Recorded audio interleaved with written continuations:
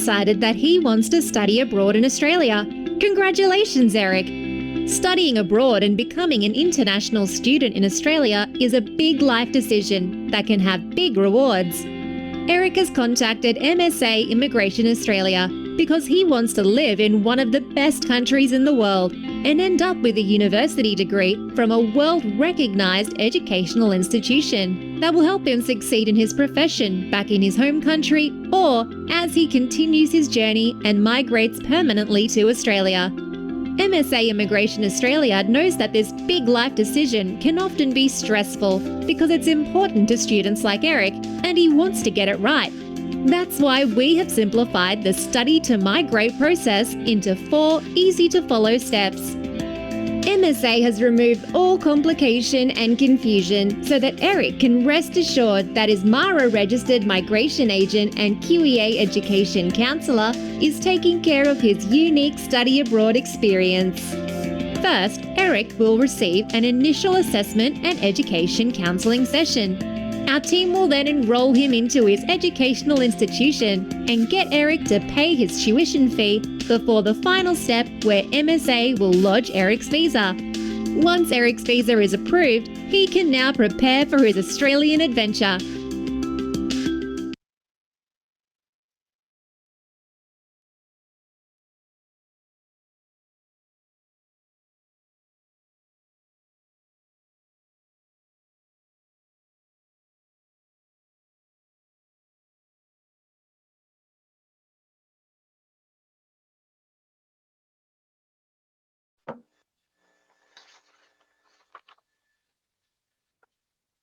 Okay, hello everyone. I welcome you to the webinar hosted by MSA Immigration Australia with Western Sydney College, Training for Knowledge and Livelihood College, and Australian International Harbour College. I hope that everyone is having a great weekend, and we at MSA and the Western Sydney College deeply appreciate your presence in this webinar. You're now one step closer to achieving your dreams to go to Australia.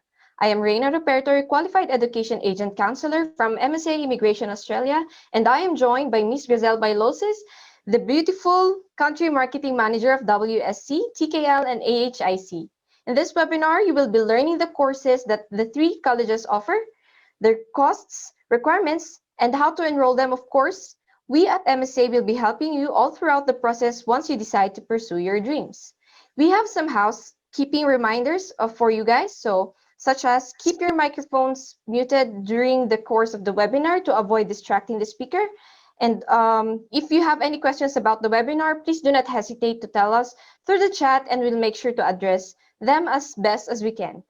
I will now pass the floor to Ms. Griselle Bailosis for her to give us an overview of how amazing these 3 colleges are. Ms. Griselle? Okay. Hello, good afternoon, everyone. Hi, Miss Rain. Okay, so together with me here, ayan, kumusta? Ayan, ang dami yung participants. So we have Miss Jazz, Gabriela, Jerry May, Ray, an unidentified Zoom user, Kimberly, Nolly, Muhammad, Mary, Chris, Marie, and Michelle. Okay, so together with Miss Jella May Luste, she is the marketing and admin assistant for Harbour College. Okay, so good afternoon and thank you, Miss Rain, for inviting us to this webinar. You're very Okay? much welcome, Ms. Griselle. Yes. Okay, so I hope And by the way, sorry, Ms. Griselle, belated happy birthday. Yes, thank you. Ayan, ako, I'm a year older yesterday. Yan. So, if you have questions, kindly take note of them and then later on, at the end of the short presentation, then we can answer your questions. Okay, so Miss Rain and I will try to answer your queries as much as we can. Okay? That's So, right. let's start. Sure. Okay. So, are you seeing, ma'am, my slide? Yes, I can see your Yes. slides. Okay. So the title of my presentation for today's afternoon is actually Crossroads, no? Kasi I believe that life is a journey. And if life is a journey, as we go along through this life, we sometimes encounter different crossroads. So ayan yung mga opportunities that comes along our way. So it will make us think, am I going to go left, right, stay where I am, or go forward? So I hope that this today's event will help you decide where will you go. Okay? So words to ponder first. Life is too short not to be the person that you are meant to be. So I know that all of us, in one way or another, have some perception of what we want to become in the future. So I hope na through this program, study and work program, you'll be able to achieve your full potential. Okay? So, yung discussion ko today, medyo meron siyang short background with regards to career planning. Kasi like studying in Australia, it's very important na meron kayong plans. Okay? So, Miss Rain, I don't know, meron ka na bang idea dun sa mga participants mo today? Kung sila ba ay grade 12 graduates or graduate na ng college or currently working or later pa lang?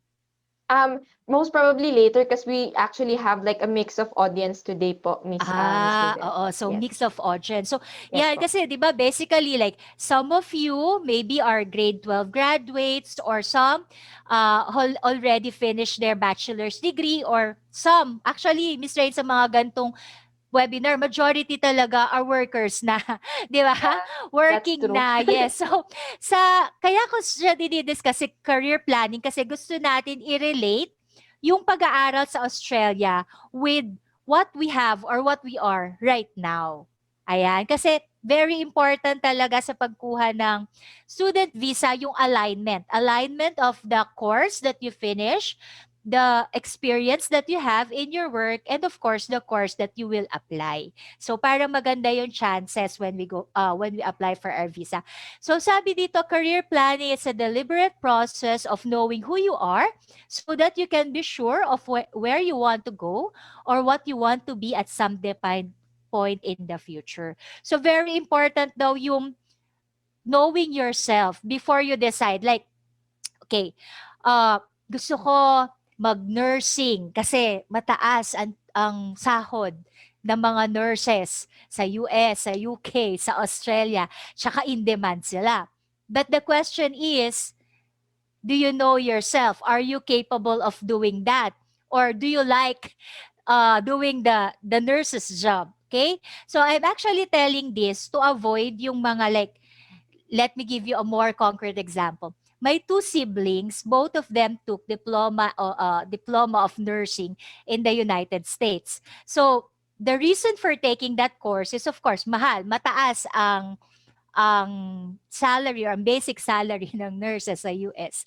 But then, so after finishing the course and then they started their job, they realized na parang, ay, it's not for me pala. Parang, like my sister, she gets irritated na the patient would keep on calling her, let's say to give that or to accompany the patient to go inside the bathroom or tulungan silang magpalit ng damit, etc. No? So, in short, nawala yung process of knowing who they are and what they really want in considering the career that they want in the future. No? So, ganun siya. Kaya, medyo meron tayong ganitong background before we discuss yung mga courses natin sa schools natin. So, meron daw 3 steps to develop a career plan.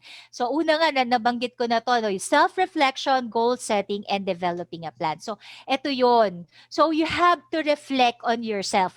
What do you like? What are your strengths? What are your weaknesses? What you are good at?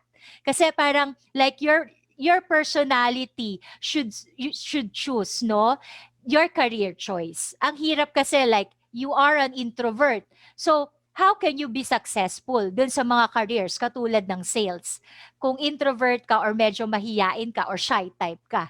Diba? So, very, very important yung self-reflection. So, hanapin natin yung reflect on our attitudes, interests, personality, needs, values, and skills. No? Kung saan tayo magaling. Ayan. So, it will help us identify what career or what best career would best fit us. Okay? After self-reflection, the second is goal setting. Ayan. So, kailangan daw may plano tayo. Like, I want to study abroad. Then, saan? Saang abroad? Sa Canada ba? Sa Australia? Anong course ang gusto mo? Saang school? Kailan mo to iti-take? So, very important daw si goal setting. I know a lot of us, most especially Filipinos, a lot of us wanted to get rich. Di ba, Miss Rain? Di ba? Parang lahat tayo, lahat ng Yes, that's true. tao gustong yumaman. But come to think of it, bakit ang daming hindi yumayaman? Di ba? So, Yeah. there are really not successful. Parang konti lang yung naka-achieve ng goal na yun. Pero lahat tayo yun ang goal. Maybe it's because there's a problem with our goal setting. Kasi napaka-broad nung goal natin sa buhay. Okay, ang goal ko, gusto kong yumaman. Sabi daw, ang goal dapat ay SMART. Specific, measurable, attainable, realistic, and time-bound. So, dapat daw, pag nag-isip tayo, hindi lang gusto kong yumaman. Kung hindi, dapat specific. Gusto ko magkaroon ng 5 milyon bago ako maging 45 years old. So, every year, kailangan nakakaipon ako ng gantong halaga. O, di ba? So, dapat daw, yung goal natin, ano siya, very specific siya, tsaka may time, at tsaka syempre, no, realistic. Napakahirap naman na ang goal mo, gusto mong mas maging mayaman kay Mark Zuckerberg o kay Bill Gates, di ba? Though, it's not, parang wala na rin namang imposible ngayon, di ba? Pero dapat realistic din siya. So, yung pagsiset natin ng goal, makakatulong daw siya for us to have a successful career plan. Kasi like, Western Sydney and MSA, syempre gusto namin is not just to help you get your student visa, but we also want you to be successful. No, successful individuals in Australia. Kasi ito naman is just a way for you to go there, no, para lang ma-avail nyo whatever opportunities that we have right now. Kasi student visa actually is the fastest, easiest, and cheapest visa that you can avail, no? So, ayan. So, dapat daw alam natin yan kasi, and we should work towards it. Kasi sabi nga, a goal without a plan is just a wish. So, this afternoon, I think this is your first step na talaga in achieving your plans of becoming an international student in Australia. Ayan. So, yung mag-attend ng mga ganitong klase ng event. Okay? So, the third and the last step. So, you have self-reflected. Okay, ito yung bagay na core sa akin, ito yung gusto ko, ito yung nakikita ko yung sarili ko na gagawin ko in the future. And then you have your goals that you want to reach. Gusto kong i-take to sa Australia, gusto kong maging international student. The last thing that you should do is to develop a plan. Okay? So, sa developing a plan, masasuggest ko lang is, of course, ayan, make a pros and cons list. Pero importante talaga sa paggawa ng plan is meron kang alternative plan or may other options ka. Like you have plan A, plan B, plan C, plan D. Kasi it's actually the source of the frustration and depression of a lot of people. Kasi like, if their plan didn't work, so they will get depressed, etc. They will get frustrated. But if you have many plans, no, if this didn't work, so at least meron ka pang mga other plans na you can try.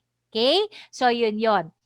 Reflect on yourself, set a goal, and then develop a plan. Ayan, galing yan sa Western Sydney College. Okay, so sabi nga natin, dahil very, very important daw ang alignment. Okay, so why would you consider studying in Australia? Okay, so the first is, it's a growing destination. Australia is the third country in the world that has most number of international students. Third, the first is US, and then UK, and then Australia, and then followed by Canada, Japan, and China, and so on. So it's a growing destination. There are many international students in Australia. Second is the diploma, the certificate, and the degrees that you will receive in Australia are globally recognized. Ayan. So globally recognized yung marireceive nyo sa kanila. Third is diversity of education. So in Australia, napakaraming schools doon. There are thousands of colleges there, and you'll be surprised with the different course offering that each college or each school has. No? Yung mga very specialized like yung sa engineering nila, meron silang naka-focus lang sa telecommunication. So, ganun siya. Diverse. Napakarami mong choices. Fourth is the technology. So, kaya marami sa mga students natin, yung mga kukuha ng IT, maraming visa ang na-approve dyan. Kasi na-justify talaga ng maigi sa kanilang GT or sa SOP nila yung pag-take ng course kasi very different talaga yung curriculum tsaka yung ginagamit na technology sa mga ganong course. So like, hindi lang sa IT, like kahit sa accounting, dito sa atin sa Pilipinas, yung mga students, hirap na hirap pa silang magbalanse ng debit at credit sa accounting nila. Ay, hindi balanse. Tapos, memorizein mo pa yung mga items na ilalagay. No? So, different na talaga yung accounting system sa Australia. Like, they use more technology na. Technology advanced na sila sa mga ganitong courses. Okay? And exposure to cultural diversity. So, maraming foreigners, foreign students dun sa Australia. In our colleges alone, we have 25 different nationalities. Ayan, so ang dami. And then, opportunity. So, ito naman yung hindi natin talaga maitatanggi. The opportunities that we will gain once we were able to have our student visa in Australia. So, kasi yung student visa natin, it comes with work rights din. Okay?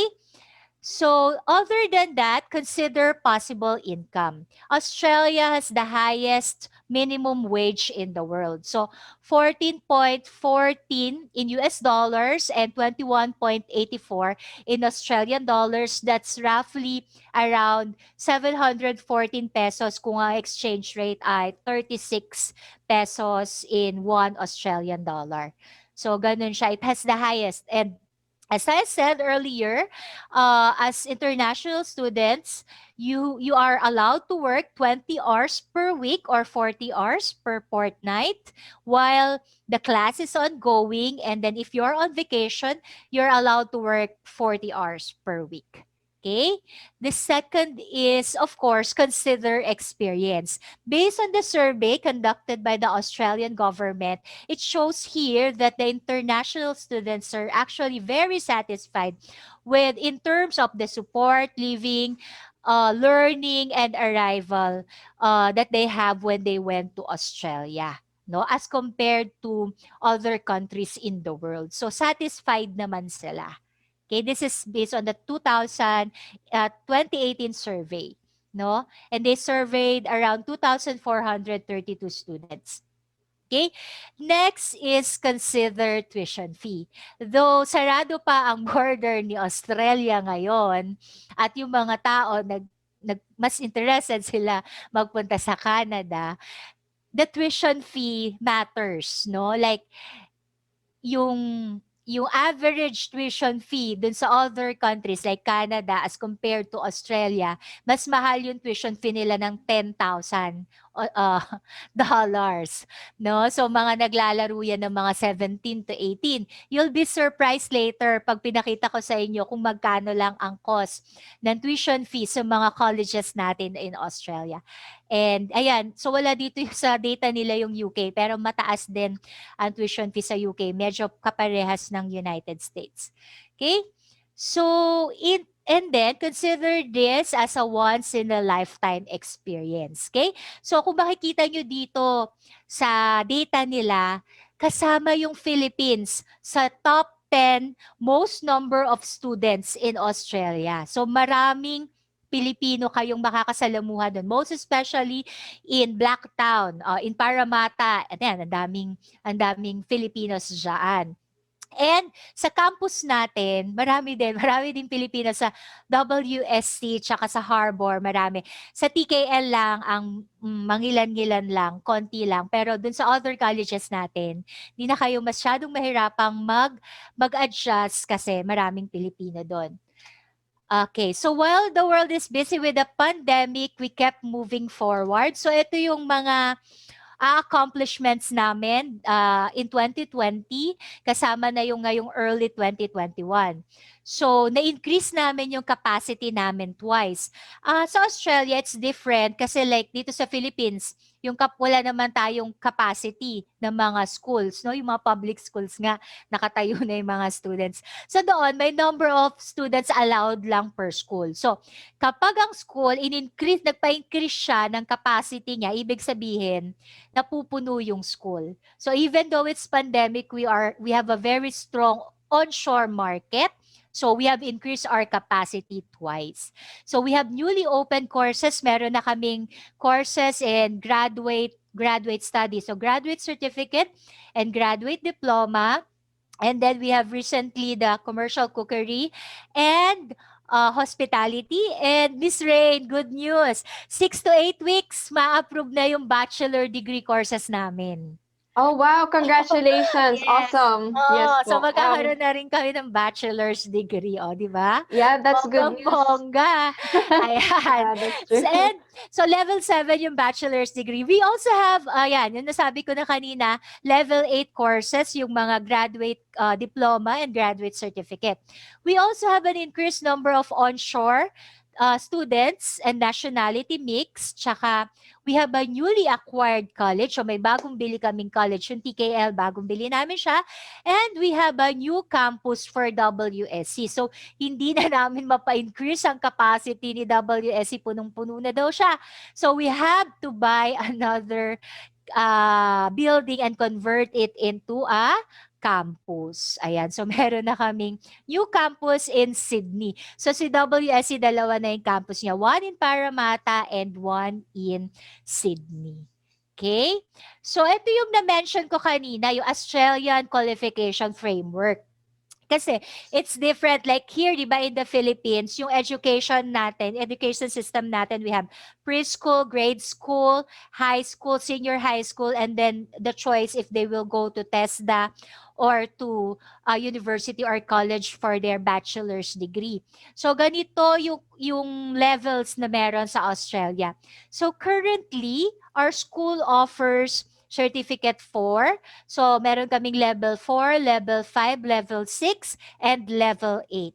So, in 2 months' time, hopefully, nandiyan na yung mga level 7 courses namin. Okay? So, next, let's discuss about the assessment level. So, si Philippines, wala pa namang announcement kung nagbago tayo. Pero I'm sure, I think we're still at level 2, Miss Rain. Kasi like, yung mga other countries na magle-level 3, parang bago mag-level 3, alam na nila eh.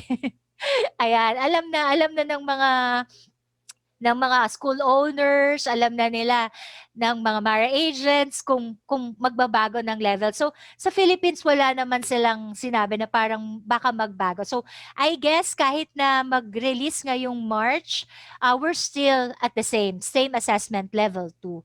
Okay?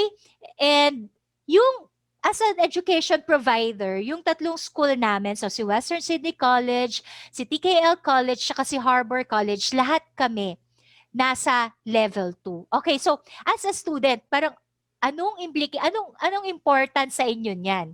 Ano ngayon? Kung level 2 yung mga college nyo. Kasi they actually assess the school 1 to 5. 1 is the highest, 5 is the lowest. So yung level 2, ibig sabihin maganda yung level ng school mo. Dahil maganda siya, yung risk assessment level niya, dahil maganda siya, first, IELTS and PTE, yung English exams are not required. So, wala kaming ganon. Wala kaming IELTS. We do not require IELTS and PTE. We have our own English placement test. Dun sa school namin, meron kami sarili naming EPT except for, so, no IELTS and no PTE required except for sa course na nursing. Okay? Kasi nursing, ni-require ng Board of Nursing in Australia na all yung students na magte-take ng courses ng nursing should pass level 7 academic ng PTE, all bands. Okay, so yun. But all other courses, it's actually no required IELTS and no PTE. Second is, we do not also require financial documents. Okay, so yung mga bank certificates and then mga bank statement, hindi yan nire-require ng school. Pero i-clarify ko lang, no? Kasi ito yung mga nagiging confusion usually ng mga students. In-advertise ni agency or ni school na level 2 sila, no IELTS, no show money. But then, no nag-a-apply na si student, why is it that the agent is asking if they can provide, let's say, land titles, properties, or bank deposits? Kasi guys, iba kasi to, like we are talking about the school. It's a different story when we are already applying for the visa. Kasi primarily, the first thing is that you have to convince the officer that you're actually a genuine student in Australia. And second, you have the financial capacity to support your studies there. Okay? So, ganun yun. In short, ayaw nila ng mga international students doon na parang hindi genuine or may ibang other motivation kung bakit magpupunta doon. Okay? So, yun yung mga dapat mong i-prove. Okay? So, I just want to make it clear. Ayan, kasi yan yung mga nagiging questions ng mga students. Okay? So, let's go to our school. So, si Western Sydney College, as I've mentioned earlier, meron kaming dalawang campus, Parramatta tsaka Sydney campus. And we are registered RTO, so Registered Training Organization, na under ng VET. So, ano ba yung VET? Vocational Education and Training. Okay? So, ano yung vocational? So, siya yung mga courses na more practical and more hands-on. No, yung kanyang mga subjects, parang para siyang TESDA dito sa atin, but also different in a way kasi like ang mga popular courses kasi ng TESDA dito sa atin is dressmaking, welding, etc. Sa Western Sydney College, kahit kami ay VET, ang mga courses namin, makikita nyo dito sa left side, hospitality management, business, information technology, etc., etc. Okay, so yun yung difference ng VET dito sa Philippines, tsaka VET doon sa Australia. And at the same time, doon, yung mga courses and so yung mga subjects na tinake mo, there's a possibility that you can credit those subjects, mga 6 to 8 subjects, kapag let's say nag-decide kayo mag-take ng bachelor's degree or nag-decide kayong lumipat sa university. So nakikredit nyo siya at konti na lang na taon ang natitira para magkaroon kayo ng bachelor's degree. Unlike dito, yung mga NC2 certificate ng TESDA, NC3, NC4, hindi yan nakikredit sa mga college and university. So first year ulit kayo pagdating nyo or pag-enroll nyo doon. So yun yung difference nila. I hope it's clear, and if you have questions, you can ask later. So as mentioned, these are the courses that we have. So we have graduate courses para to most especially sa mga teachers, kumukuha ng mga education management, etc. Yung mga professionals na may teaching experience o kaya mga trainers, etc. At saka yung mga HR din. Ayan, yan yung magandang course sa kanila. And then we also have management, business, cookery and hospitality management, accounting and bookkeeping, information technology, and banking services. Okay? So next college namin, ito si Harbour College. Harbour College is actually our largest college and the oldest too. Okay, so siya yung pinakamalaki naming college, pinakamaraming students, and at the same time, nasa kanya yung mga courses namin sa health and sciences. Okay, so ito yung mga courses namin kay Harbour. So we have business, accounting and bookkeeping, information technology, leadership and management, project management para sa mga project managers, mga engineers, architects, Ayan. And we have here yung mga nasa health and sciences courses na we have aging support, diploma of nursing, tsaka diploma of community services.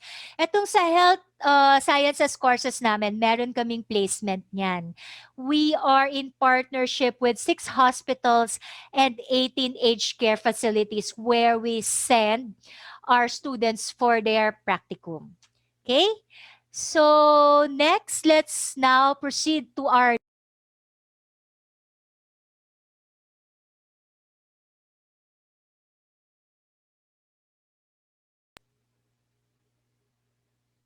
hello. Alam nyo ba na si TKL College, siya ay nasa loob ng shopping center. Ayan. So, nasa loob, magandang location niya. It's located inside the Westfield Shopping Center in Parramatta. So, it's very accessible and convenient for the students. Okay? And aside from having a very good location, the prices for TKL, prinice namin siya ng introductory price. So, among all our colleges, si TKL ang may pinakamababang tuition fee. For as low as 7,000 Australian dollars, that's around 230 pesos, I think, in a year. Tapos na kayo, no? Kasi each year, magkakaroon kayo ng each certificate at meron din kayong graduation. Ayan. So for only 7,000 Australian dollars a year. Okay? So pero medyo limited pa lang yung mga courses namin kay TKL. Hindi pa na-approve yung ibang courses, but don't worry, we are working on it. So we have here business, accounting, and bookkeeping, and cookery, and hospitality.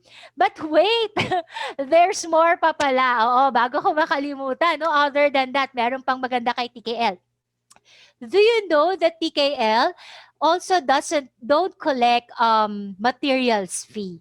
So maliban sa mababa na nga ang tuition fee niya, wala pa siyang materials fee. Okay? Except for dito kay Cookery and Hospitality Management, meron siyang $800 na for your uniform, toolkit, and the ingredients that you will use in the kitchen. By the way, may placement din si WSC tsaka si TKL sa mga students natin taking Cookery and Hospitality Management. Okay, so meron din tayo niyan. And at the same time, may placement din, no? Placement sa partner restaurants and partner hotels ng schools. Okay? So, ayan.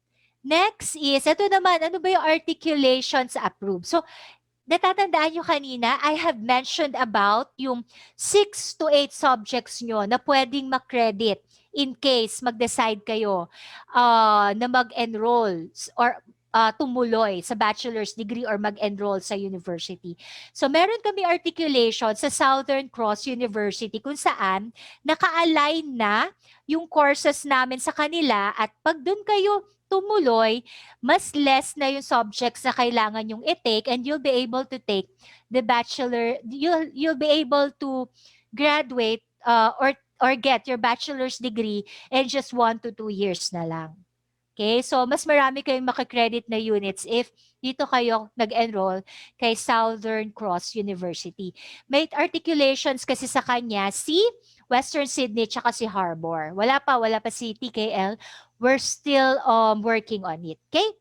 So, I know may maka-question kayo, ma'am, grade 12 ako, gano'n naman pala, magdi-diploma ako, mag-a-advance diploma ako, magba-bachelor ako. Ang dami kong dinaanan, bakit hindi na lang ako mag-bachelor's degree, di ba? So, ganito kasi yon. Una sa lahat, there are many advantages. Ang una dyan is cost. Okay? So, mas mura or mas affordable ang cost ng colleges as compared to the university.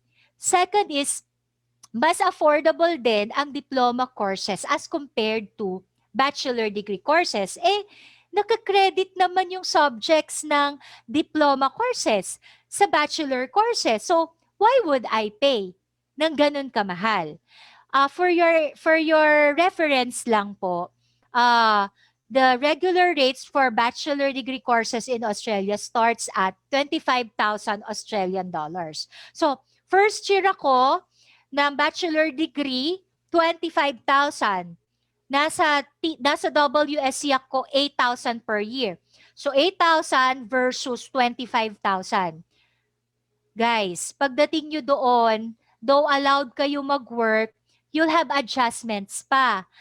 Maghahanap pa lang kayo ng work. Paano kung wala kayo agad mahanap na work? And then, ang laki-laki na ng agad ng utang nyo.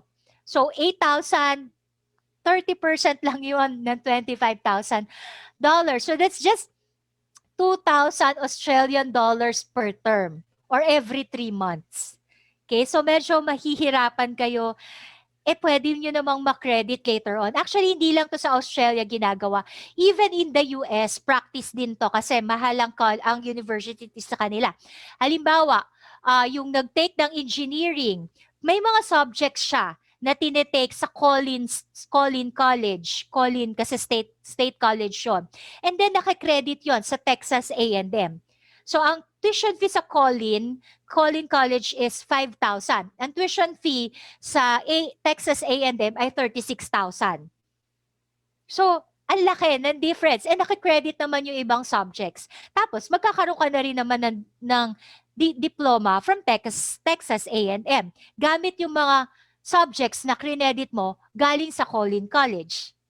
Nagigets nyo siya. So, that's how it works too in Australia. Katulad din siya. So, ganon, nag-start ka ng 8,000 per year as compared sa nag-start ka ng 25,000 per year. In 3 years sa university, gumastos ka ng 75,000. Ang diploma lang na meron ka is bachelor's degree.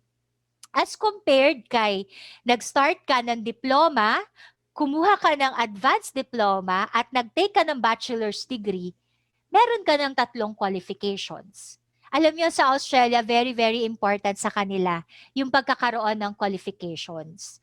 Okay? So, like, when being considered for a job, ayan, tinitignan nila yung mga qualifications na meron ka. Kasi there are job na mas prefer nila yung ganong specific na qualification as compared sa napakataas man ng pinag-aralan mo. Okay? So, I can give you an example for that versus someone who finished a diploma in Australia as compared to the one who has a PhD degree in the Philippines. Okay? So, meron akong ganyang experience. So, ito yung price list ng WSC. Medyo explain ko lang siya para magkaroon kayo ng idea or magkaroon kayo ng idea. So, halimbawa, nag-enroll kayo ng Diploma of Leadership and Management. So, the Diploma of Leadership and Management, very popular course kasi yan, no? So, it runs for 52 weeks or 1 year. Okay. So, out of those 52 weeks, 36 weeks kang papasok sa school.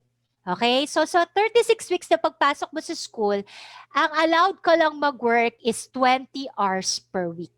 Okay? So para at least nagkaka-estimate na kayo. Kasi I know at the back of your mind, mabubuhay ba ako dun sa Australia? May ibabayad ba ako sa tuition fee? Ayan. So, di ba? Yan yung mga concerns natin at gusto nating So, you can really or actually compute on your own. Kasi earlier, we have mentioned naman how much is the minimum wage. Okay. So, 36 weeks and you'll be allowed to work 20 hours per week kapag may pasok. That's actually 8 months. And then, we have 16 weeks holiday. Okay, so sa 16 weeks na holiday, you're allowed to work full-time, 40 hours per week. Okay, so 4 terms yan or isang taon. So ang nangyayari sa atin, bawat isang term, 3 months.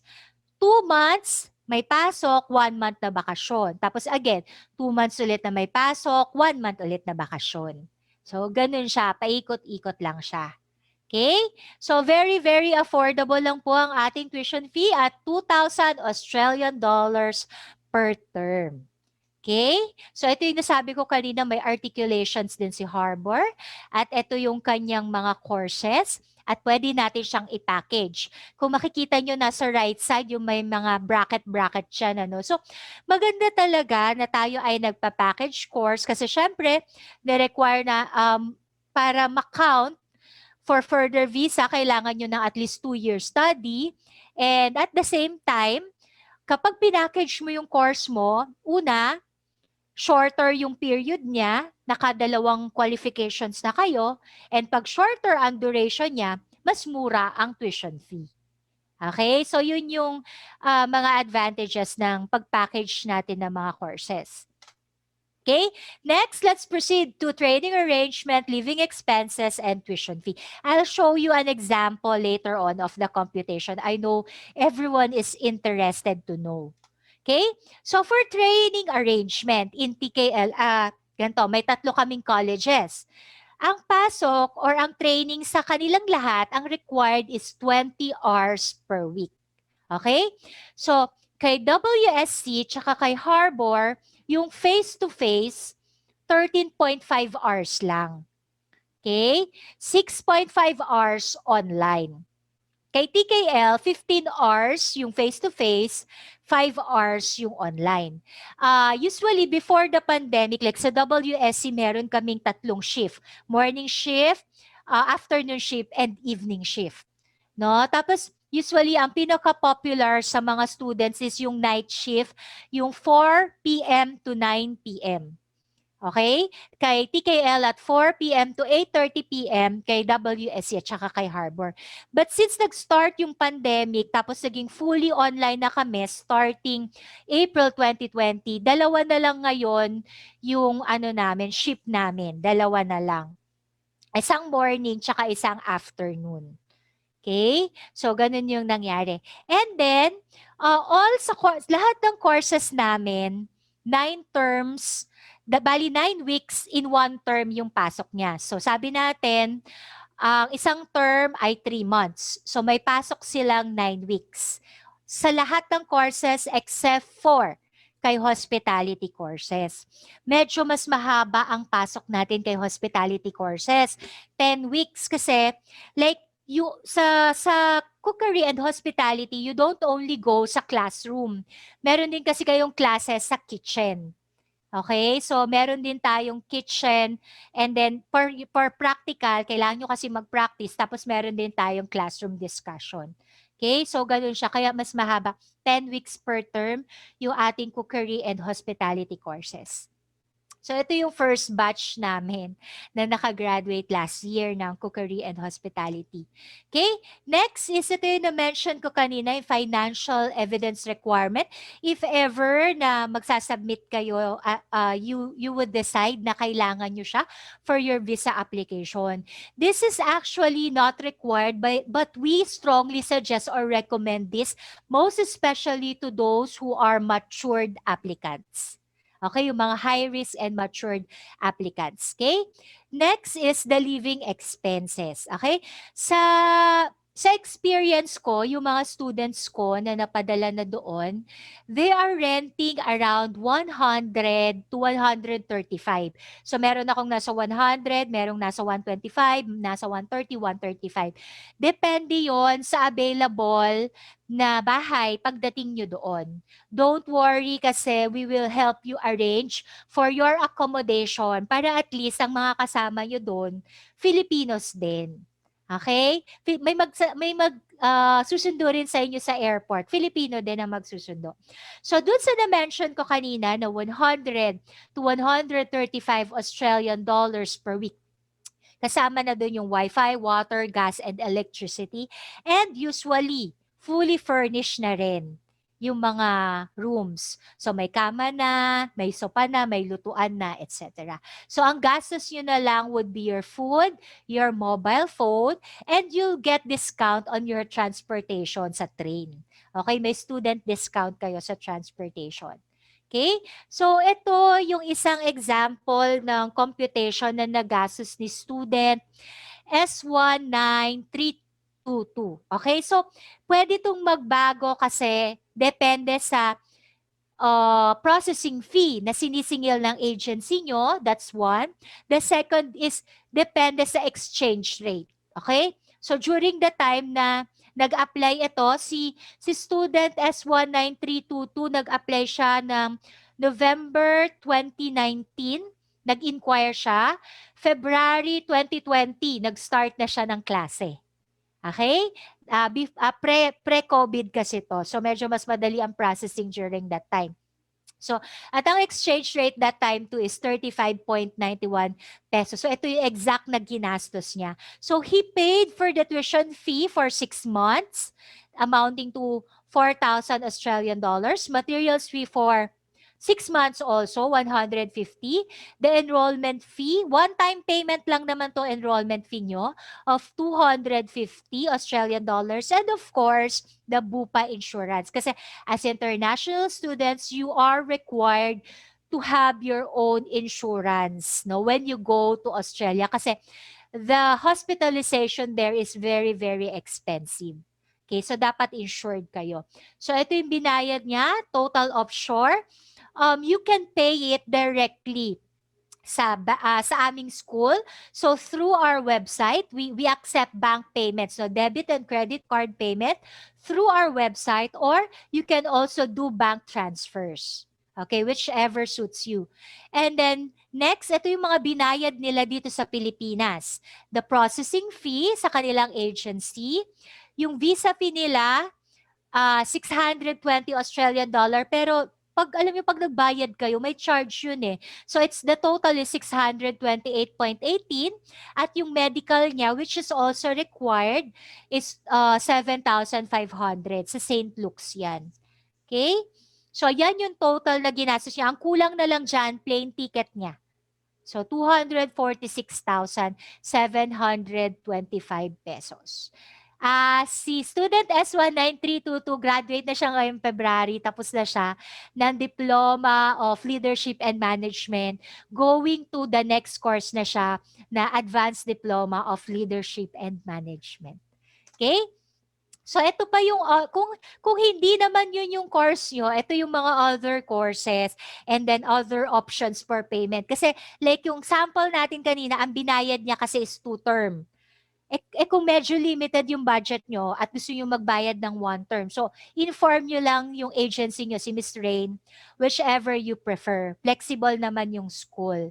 Diba? So kung ano yung mas convenient sa inyo. Okay? And then yan, marami kayong opportunities for socialization kasi laging may activities dun sa school. Okay? So this yung picture, makita nyo, yan yung aming orientation last November 2020. Kasi kahit na pandemic, hindi din naman nagsara yung school.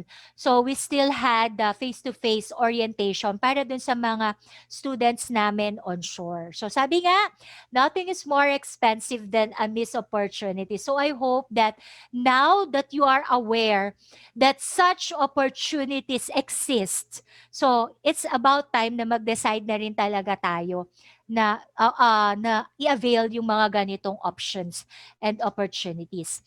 Sa admission process, mabilis lang yan. I-assist kayo ni Miss Rain, ng agent namin. So, sa issuance of offer letter, Miss Rain, we issue it within 24 hours na ma-receive namin yung application niya.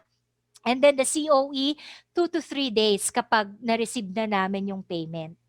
Okay? So, ito yung mga documents na nire-require namin. Ayan, hihingin sa inyo yan ni MSA. Yan. So, ito si Mr. Lagat ito, Filipino student siya, best in accounting. Ayan, best student in accounting siya. So, believe that you can and you're halfway there. Ayan, so ito yung mga intake months natin. Ito yung harap ng school. Maybe if we have time later on, Miss Rain, I can show them the video nung campus namin ni Western Sydney tsaka ni Harbour. Ayan, para at least magka-idea sila how does it looks like inside. So ito yung mga intake months natin. Ito yung mga buwan kung saan pwede kayong mag-start pumasok. Okay? So ito yung mga entry requirements natin. So dapat at least 17 years old kay WSC tsaka kay Harbour, at least 18 years old kay TKL. So walang IELTS, waive yung IELTS natin. Okay, so this ends my presentation. Once again, I'm Grishelle M. Bailosis, the Country Marketing Manager of Western Sydney College, and these are my contact details. If you want to contact me or if you have any question, you can do so. Yeah, mabilis naman akong mag-reply. But then, i-refer ko lang din kayo back to your agent. Ayan. So please communicate with your agent. Di ba, Miss Rain? Ganun Yes yung po. ayan, kasi we really don't process students directly. Yes po. Ayan. So, ano talaga namin yan sa mga agents namin. Promise namin yan sa kanila na though we can. we have, manpower and people here.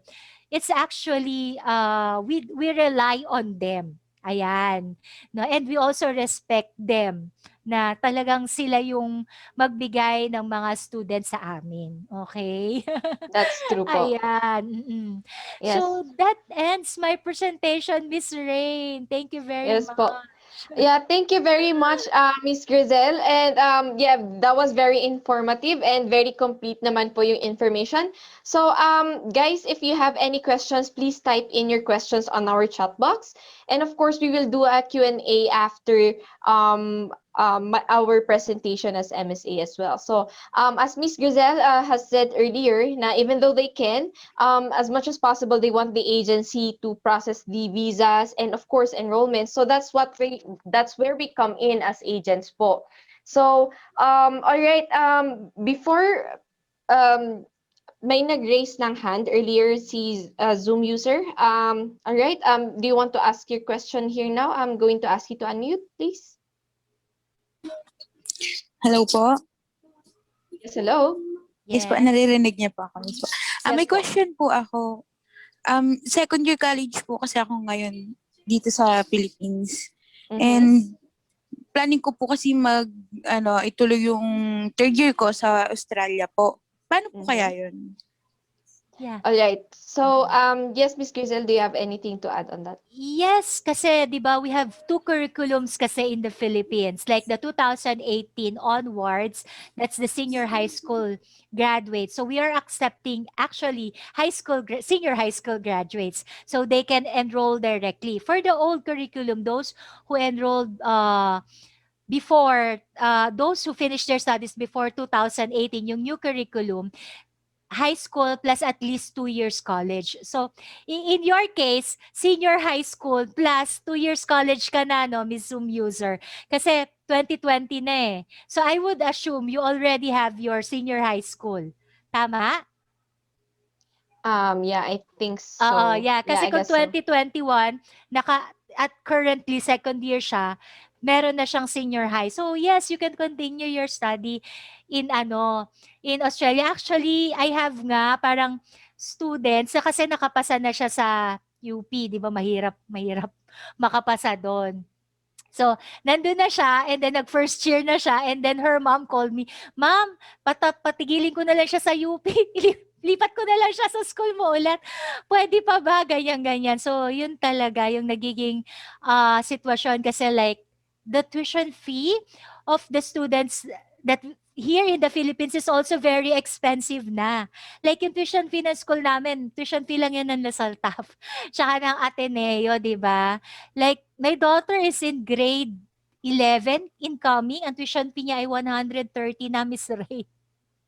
Oh, medyo ano na. 130,000 na. Medyo mahal na rin talaga. Medyo mahirap na rin. So, iisipin mo, di ba, mag-aaral ba ako locally? O para sa ganitong tuition fee.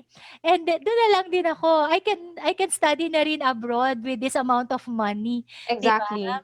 Exactly. So yeah, there's a lot more questions on the chat box, but I think I'd rather answer them after our presentation because I think matatackle up naman po yung mga questions on our presentation. All right. So Okay. for now po everyone, I would like to start our presentation. So I would like to start off with introducing who MSA is. All right. Let us just share our screen.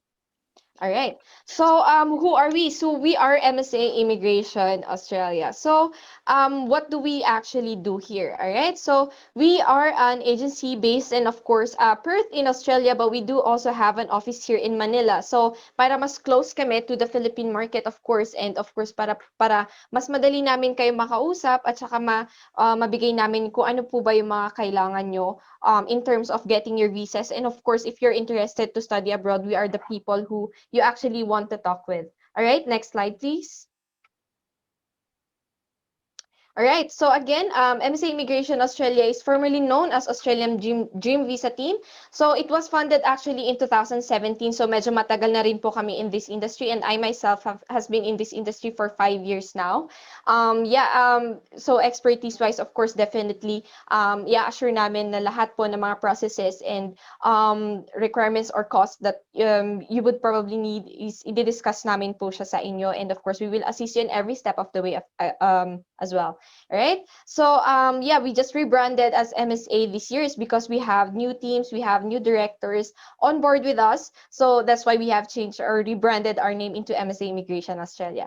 All right. So again, MSA Immigration Australia is set to be a leading Australian immigration agency with focus on general skilled visa, visitor visa, partner visa, and of course, student visa. So right now, we're focusing on student visa po, ano? But I also want to say that if you are, or if you know anybody who wants to do skilled migration or any other types of visa to Australia, we can definitely process them because we are a migration company po. All right, so there's our office in Perth. So our office here in Philippines is of course located here in Pasig City here in Ortigas. All right. Also have a registered migration agent in Australia, and she is also a Filipina, Miss Grace Marie Tentia. All right. So we are also catering to clients who are also interested to pursue their studies in Canada, but of course that will be for another discussion na lang po. All right. So next slide, please.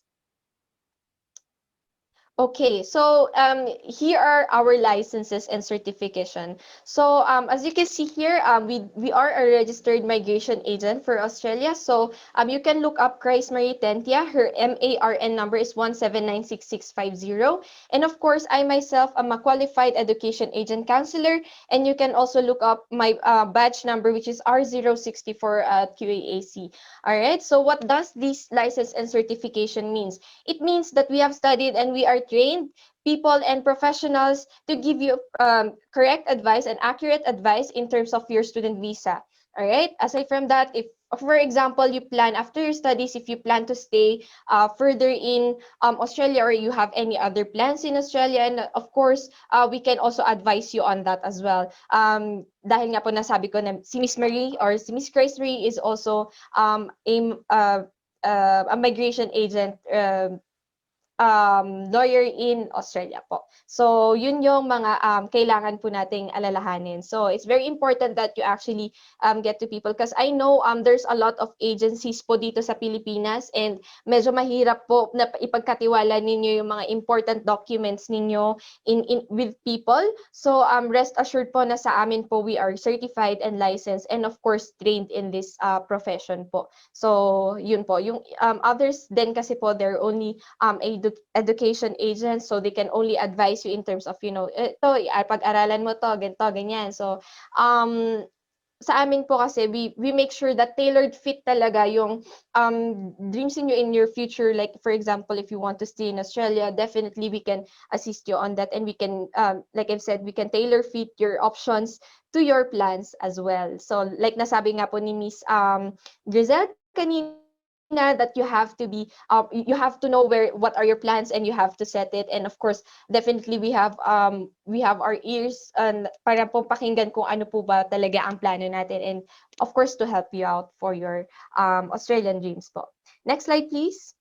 All right. So ito po is parang very kumbaga a very bit discussion of our services. So again, we do offer student visa. We offer also family visa. So if you have any spouse or partner who are in Australia and you want to join them there, or if may anak po or may kakilala po kayo na may family na may naiwan na family dito sa Philippines and they want to go to Australia, definitely we are the people to assist you po on that one. And of course, tourist visa, kung gusto nyo lang pong mag-visit.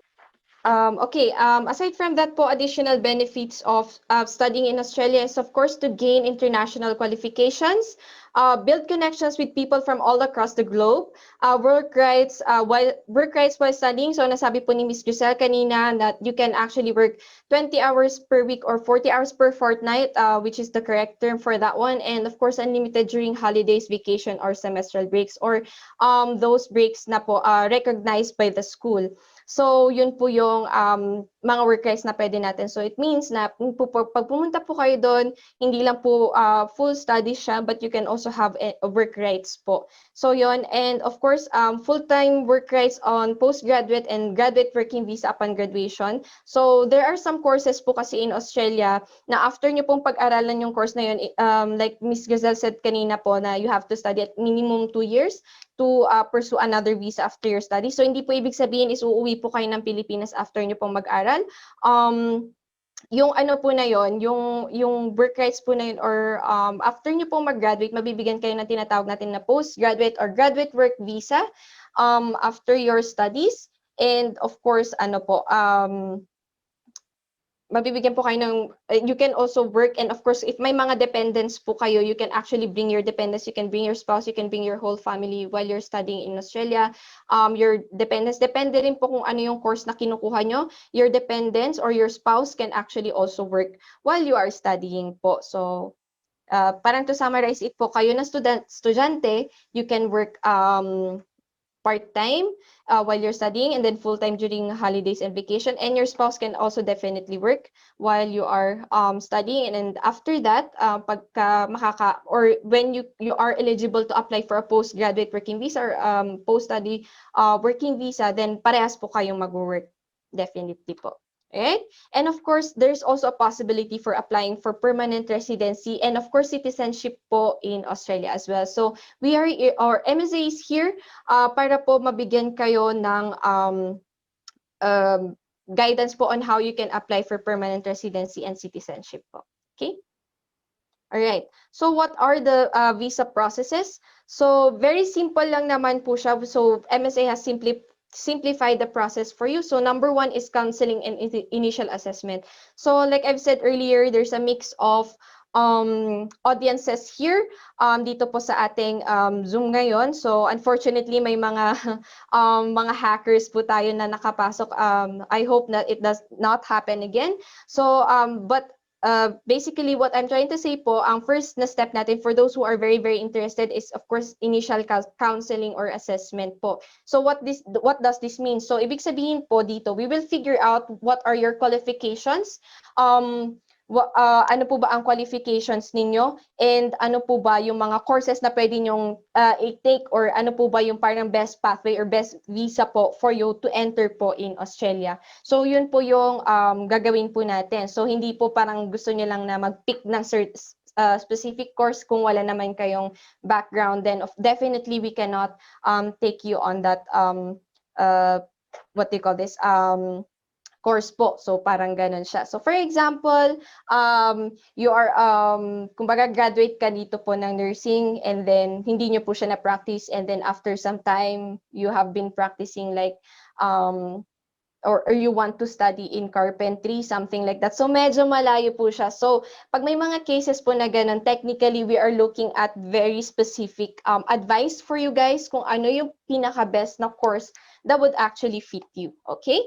Aside from that po is, so for example, if we have already decided on what course and what school are you going to take up, we will enroll you now into a course and school of your own choosing. So for example, if WSC or TKL or AHIC have the course that of course you are very interested in, definitely we will put you into that course po. Parang ganon. So aside from that, so let's say na-enroll na namin kayo, WSC or Miss Grisel's team will send us what we call a letter of offer. So she actually said within 24 hours, makukuha na natin yung letter of offer. Some school, they will release a letter of offer in 2 weeks time. So 24 hours is actually very, very quick pagka we're trying to enroll you into a school. So ganun po siya.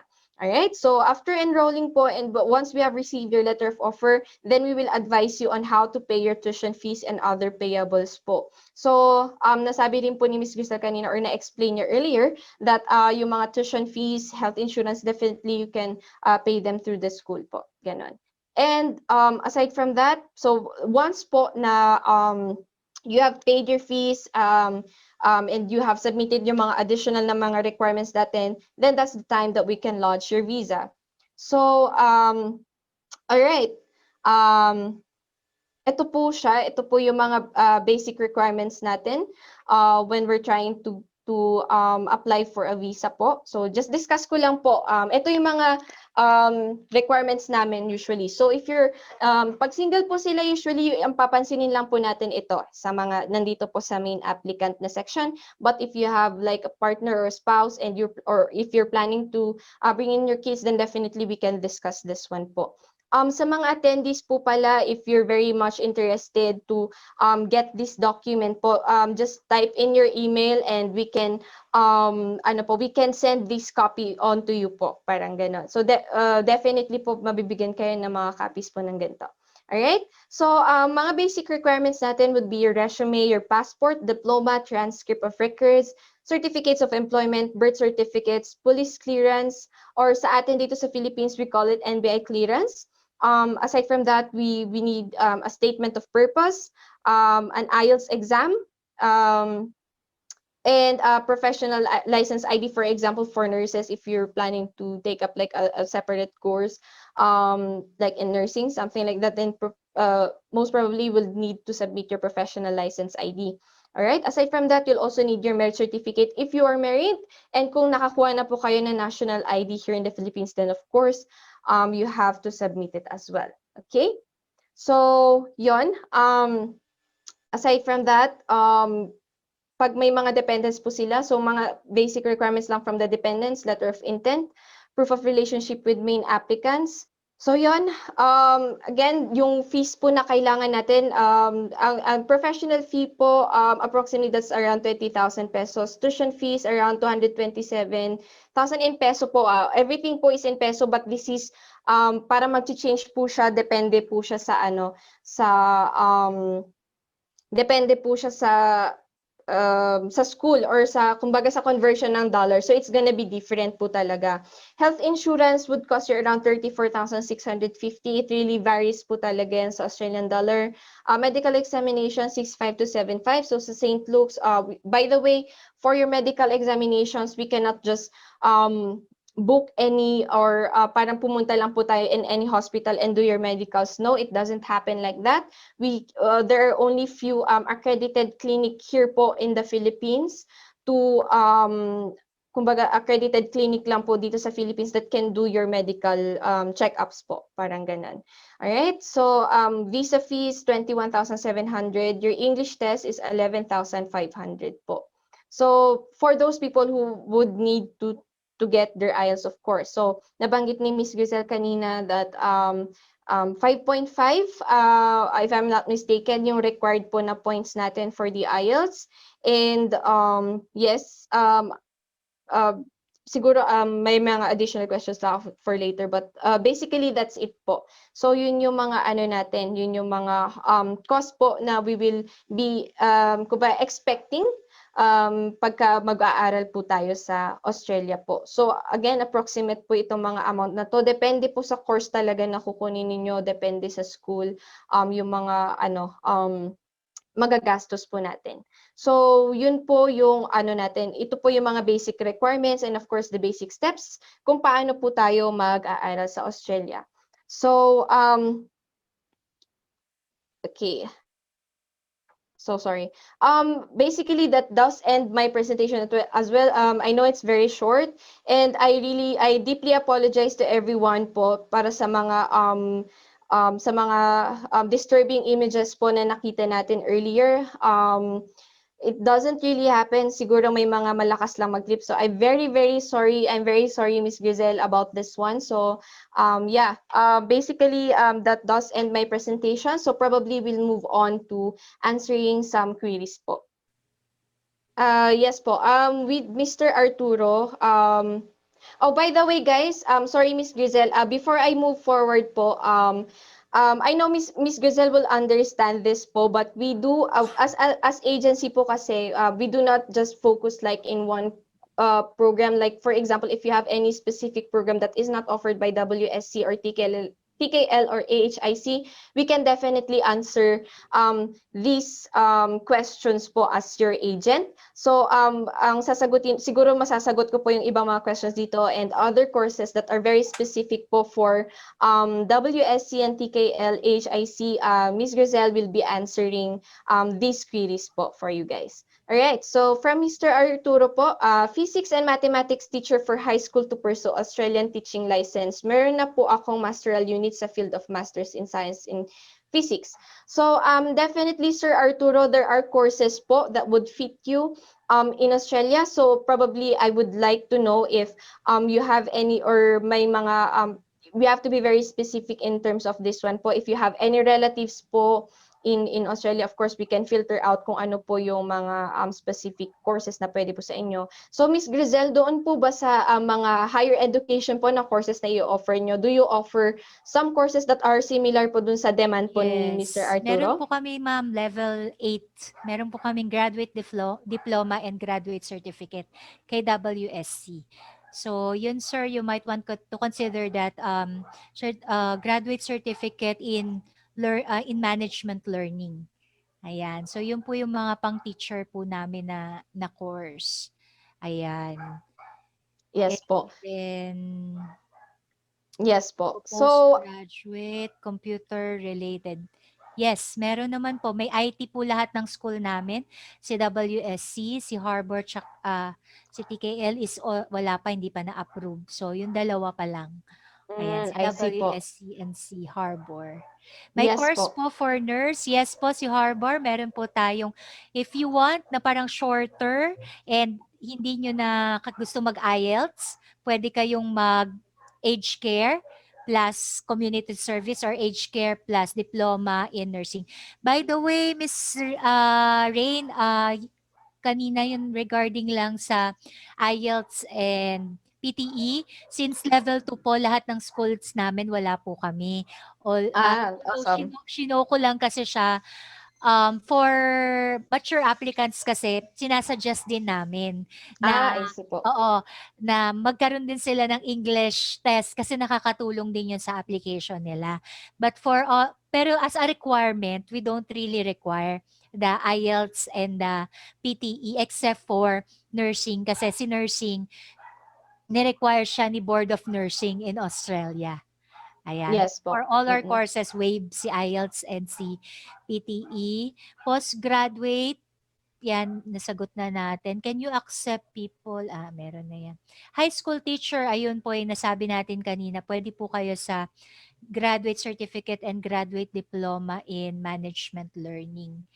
So, caregiver. Pag nursing po, pwede po ba yes, pwede po. Actually, hindi naman po talaga siya caregiving course. For age care lang po. But then, yun nga, ganun din yung pinapasukan nila and mataas din yung demand ng ganong work sa Australia. Di ba, Ms. Ray? That's true po. That's true. Actually, So, mabenta siya. yes po. So, ito yung mga, iba kasi yung term natin usually dito pag yung parang sinasabing caregiving. It's more of like community or health management and aged care, parang ganon. Yeah. So, it's more of like geriatric support. care. Ayan, Aging care support. Another question from here po that I think we have skipped po, pwede kayong mag-college kahit ALS graduate po. So like for example, kasi 'di ba po like in every entry requirement or may entry requirements po kasi tayo, for example sa college nyo po, do you accept po ALS graduate po? Actually, si ALS naman, basta meron silang certificate na graduate sila, di ba? Meron silang diploma, tsaka meron silang transcript, pero alternative learning nga lang. Pero basta natapos nila or na-complete nila. So, grade 12, kung new curriculum, and then, kailangan kasi ng at least 2 years college kung earlier than 2018 sila. Depende kasi kung Yes po. anong year sila natapos yung ALS nila. Yes po, Okay, that's true po. yes. So, yung question po ni Mix Shara po ba to? Paano po kapag magpo-postgraduate, pwede po ba yon? Like, may mga courses po ba na computer-related course? Yeah, I think nabasa to ni Miss Grisel kanina. Yes, meron po silang offered na mga courses like such as information technology courses po. So, those are great programs as well, which is quite in demand anywhere naman po kasi we're a very technologically advanced millennium na. So everyone is using like technology, computers, and of course data. So we are like that's why basically very much in demand naman po ito. So again, from Glenda, courses for nurse, yes po meron. If for example po you want to consider doing like aged care or mga community services, meron din po silang courses na ganun. However, if you want to do like a specific course such as in Bachelor of Nursing, something like that, then talk to us po on separately with MSA, and then we can assist you po on doing that specific program po. Yes, kasi kaya lang kasi like in Australia, they cannot go directly sa Bachelor of Nursing, di ba?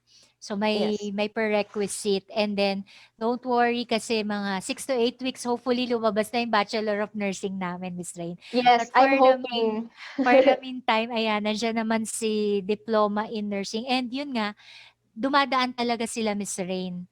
Doon, Mm-mm. hindi sila nakaka-diretso. So, yun, puro teachers. Ang dami pala nating teachers dito. Hello po. Ayan. Teachers and nurses. College po ako now. So, nasagot na natin to kanina. Yes, you can continue your study. 5.5. So, hindi po wave po si IELTS. It's recommended pero it's not a requirement. Okay, so Mm-mm. it's recommended but not a requirement. So pwede po kayong dumiretso ng mag-enroll without IELTS and without PTE. Meron pong sariling English placement test yung school na ifo-forward sa inyo si Miss Rain. Meron po yung answer sheet at saka questionnaire, tsaka recording ng speaking, and then sasubmit nyo na lang po. And then, libre naman po ito. This is free of charge. And if in case, nako, bumagsak, pwede naman pong ulitin ulit. That's Ayan. good to know po na may Yes, internal oo. test po tayo. Yes, kasi like, meron ng dalawa, Miss Ray, na bumagsak. So sabi ko, it's not a problem. Ulitin mo na lang din ulit. Ayan. Hanggang makapasa ka. Di ba? And then, usually ilang months ang processing. Actually, sa visa ngayon, it's actually, dati, less than a month. Ngayon, due to pandemic, it's 4 to 6 months. Mm-mm. Alright. 4 to 6 months. Medyo matagal ang processing. And then Mm-mm. courses for engineering, we offer po si project management, but Miss Rain, baka may sasagot siya dyan na other school nila for civil engineering. Kasi sa amin, project management lang. Yes po. Yes, we do offer courses in engineering po. Like, meron din po siguro, i-answer ko na lang po yung follow-up question ni Mix Shara po na may paano pag postgraduate programs or mga higher education programs such as masters. Yes, we do offer them. So for example, if you guys have already bachelor's degree here in the Philippines and you don't want to go vet or you don't want to study in a vocational program, yes, definitely we can offer you a master's degree. Like a master's degree course. So ang maganda naman po kasi sa master's degree course po sa Australia is that they do not or parang hindi siya theory based or sa atin po thesis based. Ang ano kasi ang mga masters doon is more of like practical or kumbaga hands-on learning din po ang masters nila. So it's not all thesis po. And So yes, shorter. and shorter, yes, definitely.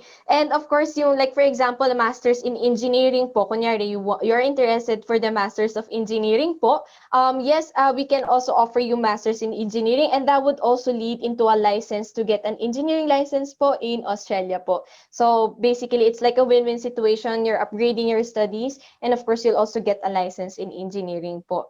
So yun yung mga related na courses. So I think that's for another discussion as well. I will also be leaving our Setmore account down dito po sa comment box natin or sa chat box natin po. We're in kung nasaan po yung mga reservations po natin or kung saan po tayo pwedeng mag-book ng appointment para po mabigay ko po yung mga options natin in terms of yung mga courses po natin in the masters po. So, yun po yung masasabi ko. Sabi po ni Miss Glenda, gusto ko sana walang IELTS. So, well, good news for you. Si WSCT, AHIC, of course, sa mga mature na mga client po, like she said po earlier, is that they would need IELTS or they would recommend IELTS. Pero po generally for their courses po, you can take yung internal English test nila. Alright? And no IELTS is required for that one. Sabi po ni Sir Arturo, what about short courses that leads to Australian teaching license? So unfortunately, sa mga teaching license po kasi it's really like you have to take po a master's degree or a bachelor's degree po in Australia to get a Australian teaching license po. Ganun po siya. Alright? So other questions, hold on. Second year college, continue po Australia. Next school year, pwede po ba yun? May relatives ako doon. Yes, it's possible po. So, for example, hindi pa rin, or kunyari, let's say, second year college kasi pwede ka actually mag-continue into a university. But like Miss Grisel said, you can actually take up some courses like in the college muna tapos ipa-credit na lang po for a studies in a university. But definitely, we have more options for you. We can send you like options kung ano po ba yung mga courses na pwede ninyong makuha po or ituloy niyo po yung course niyo po sa Australia. That is very, very much possible po. All right. MSA application, how about you mentioned about the Canada? Yes po. Yes, we do process Canada as well. But given po that we are we have our partner here from Australia, so in today's topic po talaga, we're really focusing on Australia. But yes, I can talk to you about Canada as long as you set up an appointment with us po. Another thing po na question is itong usually ilang months ang processing. Usually ang processing, it really differs po. So kung mabilis po kayo mag-submit ng requirements ninyo at kung mabilis po kayo mag-submit ng requirements ninyo, kung mabilis din po si school na mag-issue ng letter of offer, and of course nasabi nyo na lahat ng mga or nagawa nyo na po lahat ng mga need natin before we can lodge our visa, definitely po we can process in a faster time. But usually, ang processing time po natin is, on average po to is 3 months po. So since mabilis naman po si Miss Grisel, of course, it's gonna be faster po. Yan. Okay. So question ni Sir Rudy is, we don't have you have an office in Cebu. We don't have an office in Cebu po, but we have clients from Cebu. So and we're doing like yung mga pag-uusap namin usually is on lang siya, on virtual lang po ang pag-uusap kasi it's quite difficult pa rin kahit nga yung mga clients from Manila, we don't kumbaga, as much as possible, they don't want to go out because of yun nga yung COVID or yung pandemic. So as much as possible, lahat is virtual because we can send naman po yung documents natin over the internet or over email. So ganun po siya. So even actually, even with Miss Grisel, we're also talking like through virtually lang din naman po. So even yung mga letter of offer din naman po nila, nasisend lang din naman po sa email. So yun po. May courses po kayo in BSBA-FM. Yes po, meron po tayo mga courses po in Australia for this type of program po. So basically, halos lahat naman po ng programs is meron naman pong offered si Australia and we can offer you these programs po. Nabigyan ng visa as student, pwede ko masama husband and anak ko? Yes po, pwede nyo po silang isama. Alright? So yun. And yes, practical po talaga ang masters po if you're trying to do well, I mean, meron din naman sila mga courses na mga thesis based if that's something that interests you, but mostly masters nila doon is coursework or yung practical po. How to enter Australia these days kasi close pa po ang borders nila. Miss Grizel, meron pa na po ba kayong news? Okay. So, actually, it was asked nga, we were watching the news, that same question was was asked to a government official in Australia, and even him didn't know the answer. So no one actually knows the answer when the border will open. And we have many students who are also stuck here, those who have already their visa, and those who are here on a vacation when the border closed, no? So we have students here that cannot go because of the border closure. But one thing is for sure, dear audience and Miss Rain, even if the border is closed and there's a travel ban, the student will not suffer any losses by studying with us, because like unlike other universities and colleges where they only limit their students to a number of deferment, like twice ka na nag-defer, mag-start ka na, ganon. So kami, we do not limit that. Kahit 10 times ka nang nag-defer since last year, you can still defer for free. Actually, we waive our deferment fee of That's 150 good. Australian dollars because of the COVID pandemic, because we understand your situation. I mean, how can we expect you to go there if the border is closed? So it means that your start, your intake start until such time wherein you can already go there. Okay, so we'll just defer it on and over again. What's important is you have already started with the process, and at the same time, you have an approved visa already.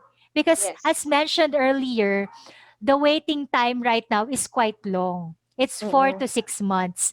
So if you start processing by now, so maybe diba, by the time you finish it, who knows if it's open or not. So if it's still closed, don't worry.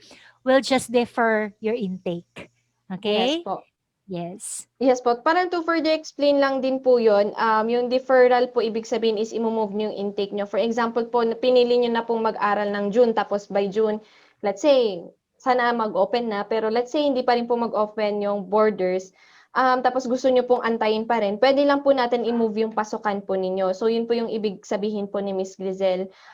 Other thing po na pwede nyo din pong i-consider is, kung mag-aaral po kayo online. So, Miss Grizel, do you allow like online studies po? Actually, Miss Rain, may good news kami dyan.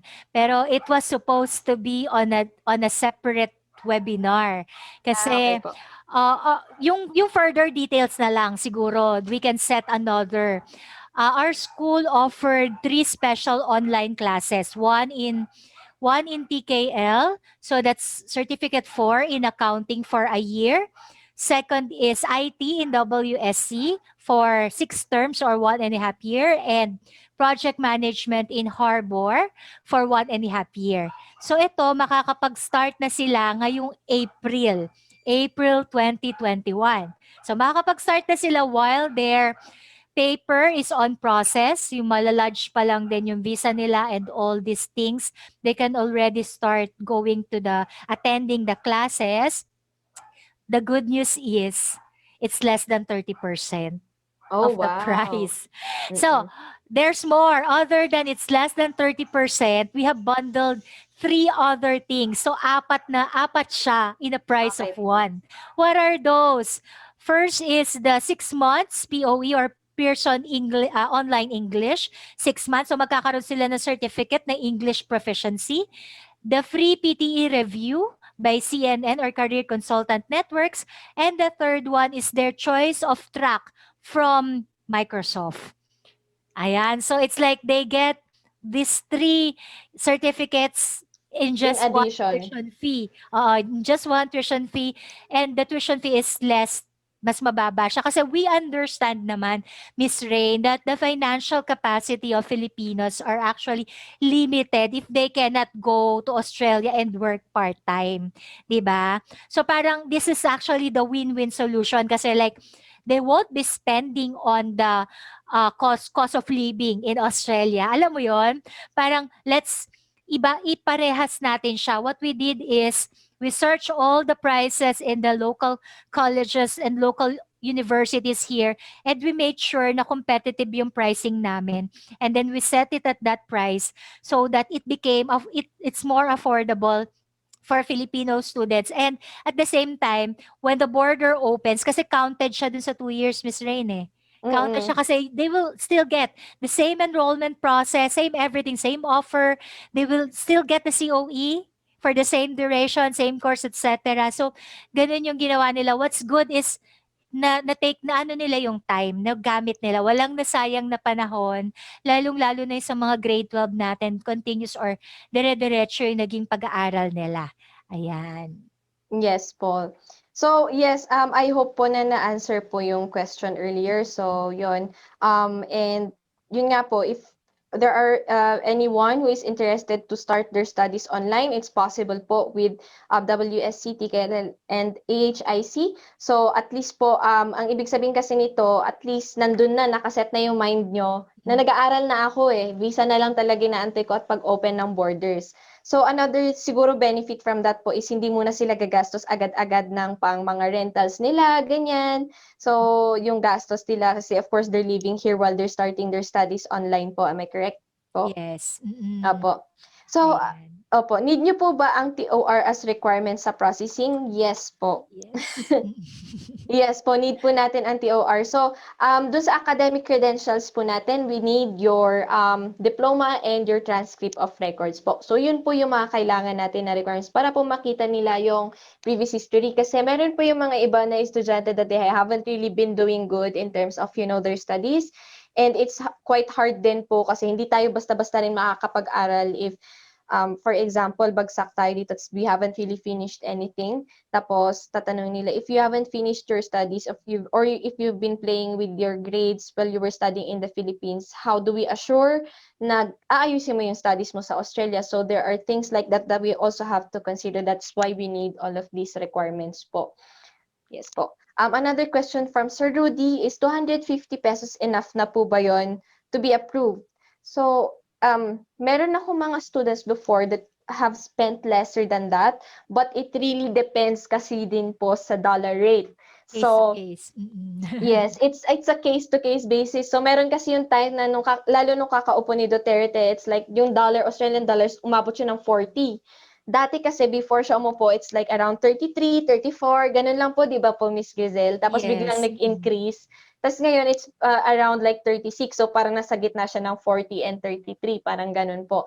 So it really differs then. So as much as possible, like siguro yun yung isang ng pandemic, like hindi siya positive actually, but ang tawag dito na during this pandemic, bumaba kasi yung ng dollar rate. So parang conversion niya. So a lot of people are also taking the chance to pay their tuition fees while pandemic habang mababa pa po ang dollar rate as of the moment po. Parang ganon. So, parang yun yung positive side niya kasi sa baba yung dollar rate niya as of the moment. Parang Yun kasi ganun. ang nangyari sa Australia, bali Philippine peso, tapos US dollar, tapos Australia yung conversion. Medyo masalimuot dito sa atin, Miss Rain. Yun nga po eh, yun nga po.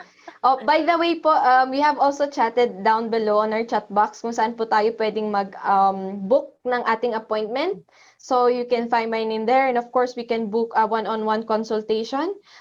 Again, if you want to speak with Miss Grizel, or if you have any more questions, we can loop her in on these webinars po, so we can send yung kumbaga ano po ba yung mga options natin sa TKL. So I know we're a bit distracted today because of what the unfortunate thing that happened earlier, but definitely if you have any other questions, you can just ask me, you can just ask Miss Gizel, or let us know if you have, or if you want to do kumbaga a joint consultation with me and Miss Grizel, as long as pagbigyan po tayo ni Miss Grizel as well.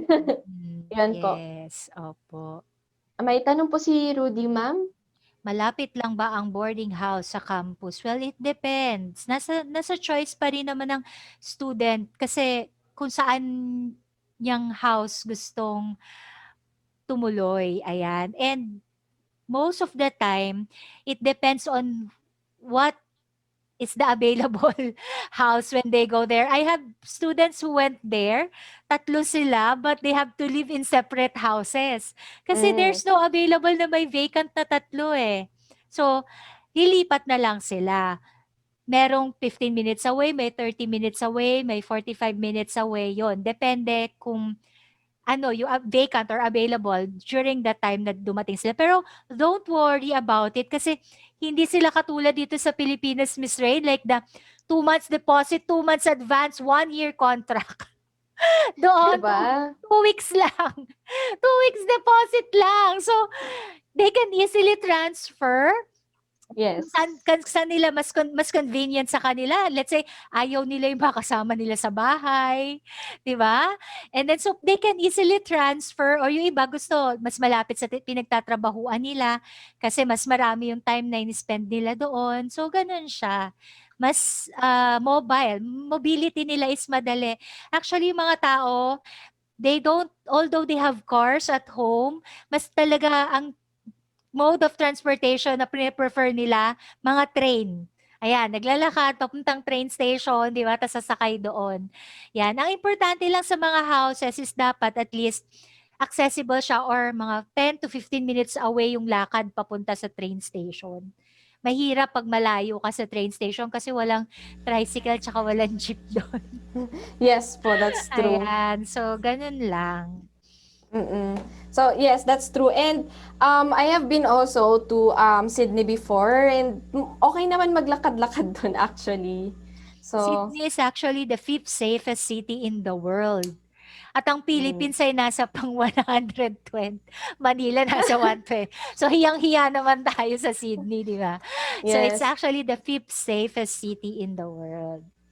yes, So medyo that's mas true. safe. And that's true. And they also have this train system, tram system. So it's going to be, kumbaga, almost all din po na mga estudyante ko doon, they don't own cars, their own cars. Kumbaga, nagko-commute lang sila. Pero hindi kasi kasing bad ng traffic dito doon. Like, it's very like far, kung i-imagine nyo po. Medyo malayo talaga yung difference po ng traffic dito sa Australia. Kumbaga, tatlong magkakasunod lang na sasakyan, traffic na daw yon sa kanila. But yeah, parang kumbaga ang point ko po dito, kung malayo man po yung parang gusto nyo po na fit na budget para sa inyo na accommodation po, it's very kumbaga medyo accessible po. Accessible, yes. Still accessible. But then if you can find like a boarding house or a house that is quite near yung campus, pwede din naman po yon. And also, just to give you parang an insight po, yung mga boarding houses nila or yung mga apartments nila doon is far from yung mga usual na mga concept natin dito ng apartment. So they actually, kumbaga kompleto na rin kasi halos yung mga gamit doon. You have your own bed. Yeah, it's furnished. Kumbaga parang damit nyo na lang din yung poproblemahin nyo pagdating nyo po sa Australia. And of course, for us po at MSA, we will also help you in settling down. So we don't just assist you on your student visa and your enrollment. We also assist you on settling po in Australia. Para po alam nyo yung mga do's and don'ts. We can even assist you on looking for your accommodation, mga ganon po. Tsaka Yes. yung pag-open nila ng account sa bank, pagkuha ng social security number. Yan, these are the things na mga pagdating nyo doon, yun yung mga una nyong gagawin. That's true po. So does WSC, TKL, and AHIC have this orientation po to assist the students po? Actually, they usually do naman have the orientation. Kaya lang nga ngayon, since pandemic, there are students kasi who already have the visa and they opted to start na, miss. So, meron Mm. akong mga nag-start na nung November and then meron na naman ngayong February kasi concern na yung parents nila that they are not being productive na sa house. Mm-mm. So, ayan, Mm-mm. meron akong mga grade 12 ngayon na masimula na nga yung mga yan, sabi ng parents. So, ganun sila. And we have the orientation naman to help to assist them. Mm-mm. Yan, para ma-activate yung mga cards nila, ganyan. So, Yes po. And yung ano po, additional question, yung mga paid placement or yung OJT po natin sa school niyo po, is it paid po ba? actually, lahat ng placement is not paid kasi required siya ng ano, Ng ng course po. course nila. Yes Pero, po. according to our statistics, 90% of those who we send in our hospital partners and aged care facility partners, 90% of them gets hired within 3 months. Oh, wow, Dinadala that's namin good. sila doon. You know, we receive a letter from a hospital director. No? Mm-mm. Kasi di ba meron kami 25 nationalities. Yes po. Thank you for sending us this student, ganyan. They help a lot, ganyan, marami daw. But can you please send us ano Filipino students only? Namili sila, di ba? Although nakaka-proud kasi kasi inexplain pa nila kasi sabi nila kasi Filipinos daw are very diligent, hardworking, good in English, skilled, and they can rely on ganyan. Pero natawa kami kasi parang namili ang ipadala na lang daw natin sa kanila. Yung mga Filipinos. Pilipino na lang nila kasi ang head nurse kasi na nagtuturo sa amin sa nursing kasi is Filipina. Oh, I see po. Ayan. Sabi niya, Pilipina na lang daw lahat dito sa ano na to. At yun ang request nila. Ayan. So, nakakatuwa sila. Yes po. In fairness naman po. Mm. Ayun. So, yun pa lang. Another question siguro from my end po. May question si Jerry May po.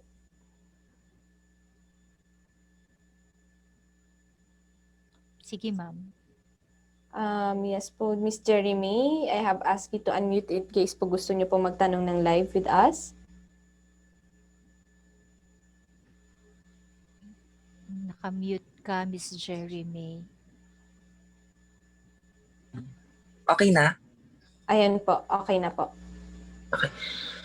I'm only high school graduate. Like, I graduate 2016 in alternative learning system and I want to finish my studying in Australia. Ano po kayang masasuggest mo? Ano kaya? Back to high school or college? Because kami po yung last batch ng alternative learning system na proceed to college. If I am not mistaken, yung proceed to college, 2016 pa yun. Binigyan lang po yun ng CHED ng, let's say, parang 2 taon. Ito na yung last time mo na pwede kang mag-enroll ng college. Otherwise, tutuloy ka na ng senior high. So, tapos na po yun, noong 28. Binagbigay So, lang po sila.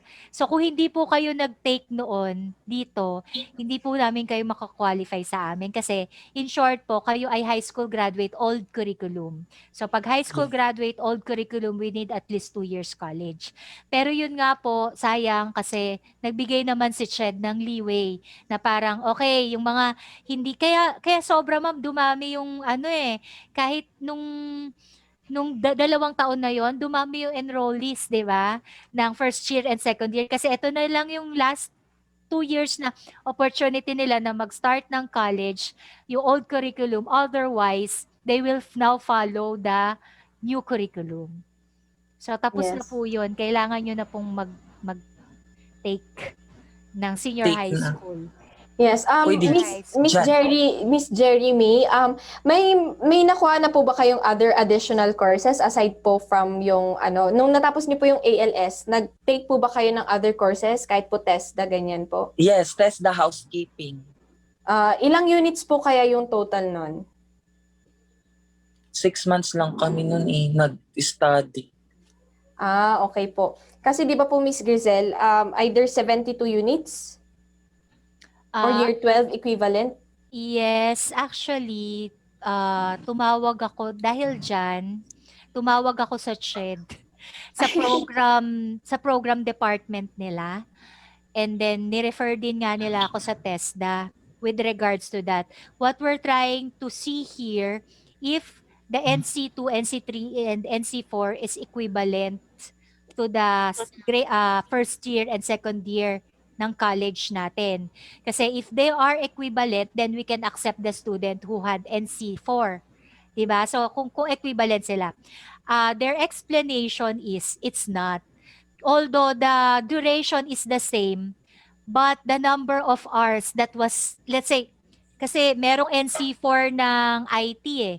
So, may associate degree ng IT, let's say, sa isang private college. Hindi daw siya equivalent kasi yung number of hours ng learning sa college, 52 hours ang required per subject. So, in short, yung TESDA, shorter daw siya ng 52 hours per subject. Ayan. So, nagkakagulo kasi kami dyan kasi nga yung ibang school daw tumatanggap. So, ayoko naman na parang, yung ibang school sa Australia tumatanggap, yung school ko, bakit hindi? Ang higpit ni Miss Grishel. So, what I did is, I called that shed and then yun nga, nilipat nila ako dun sa program division, something like that nila na in charge doon. And that's what they explained. It's not equivalent. So, we cannot accept. It's not, it doesn't meet our minimum education requirement. Ayun. So, best advice po, Miss Jerry May, if makapagkuha po tayo at least senior high na qualifications to be able po to fit into the, kumbaga yung any courses po. So, yung question po natin kung pwede pang magdiretso ng college or to get into a course po muna like iba kasi yung term natin dito po college kasi sa kanila ang term nila is more of like yung mga nag-offer ng vocational or mga graduate certificates, ganyan po. Pero yung university po, yun yung nag-offer yung agency nyo, nag-offer pa din ng other visas because I have kasi sponsor, like I have boyfriend in Australia and he is an OC citizen. Then siya po lahat magpo-provide ng pangangailangan ko to go para mapunta dyan sa Australia. Yes po.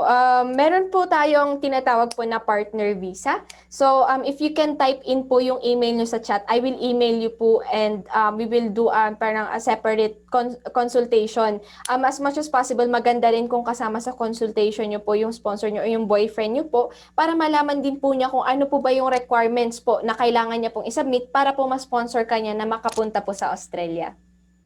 Okay, thank you so much. Alright po. Sige po, thank you po. Okay, Miss Glenda, please unmute yourself. I have asked you to unmute if you have any questions po. Yes po, good afternoon po. Good afternoon po. I-confirm ko lang, kasi nurse po ako. Ako po yung may issue sa IELTS. Gusto ko sana makapunta without IELTS. And at the same time, yung husband ko kasi, nasa Riyadh siya. So possible ba na working? Mag-a-apply ako sa inyo. Ang gusto sana namin, parehas kaming pumunta doon, nakasama yung anak namin. Yung anak ko, bali, pa lang siya, grade 7 siya ngayon, mag-grade 8. Pwede ba at the same time na nag-work ako doon, nag-aaral ako, tapos pwedeng mag-work yung asawa ko. At the same time, pwede kong pag-aralin yung anak ko in case na mabigyan kami ng chance na magka-visa? Definitely po, pwede po yun.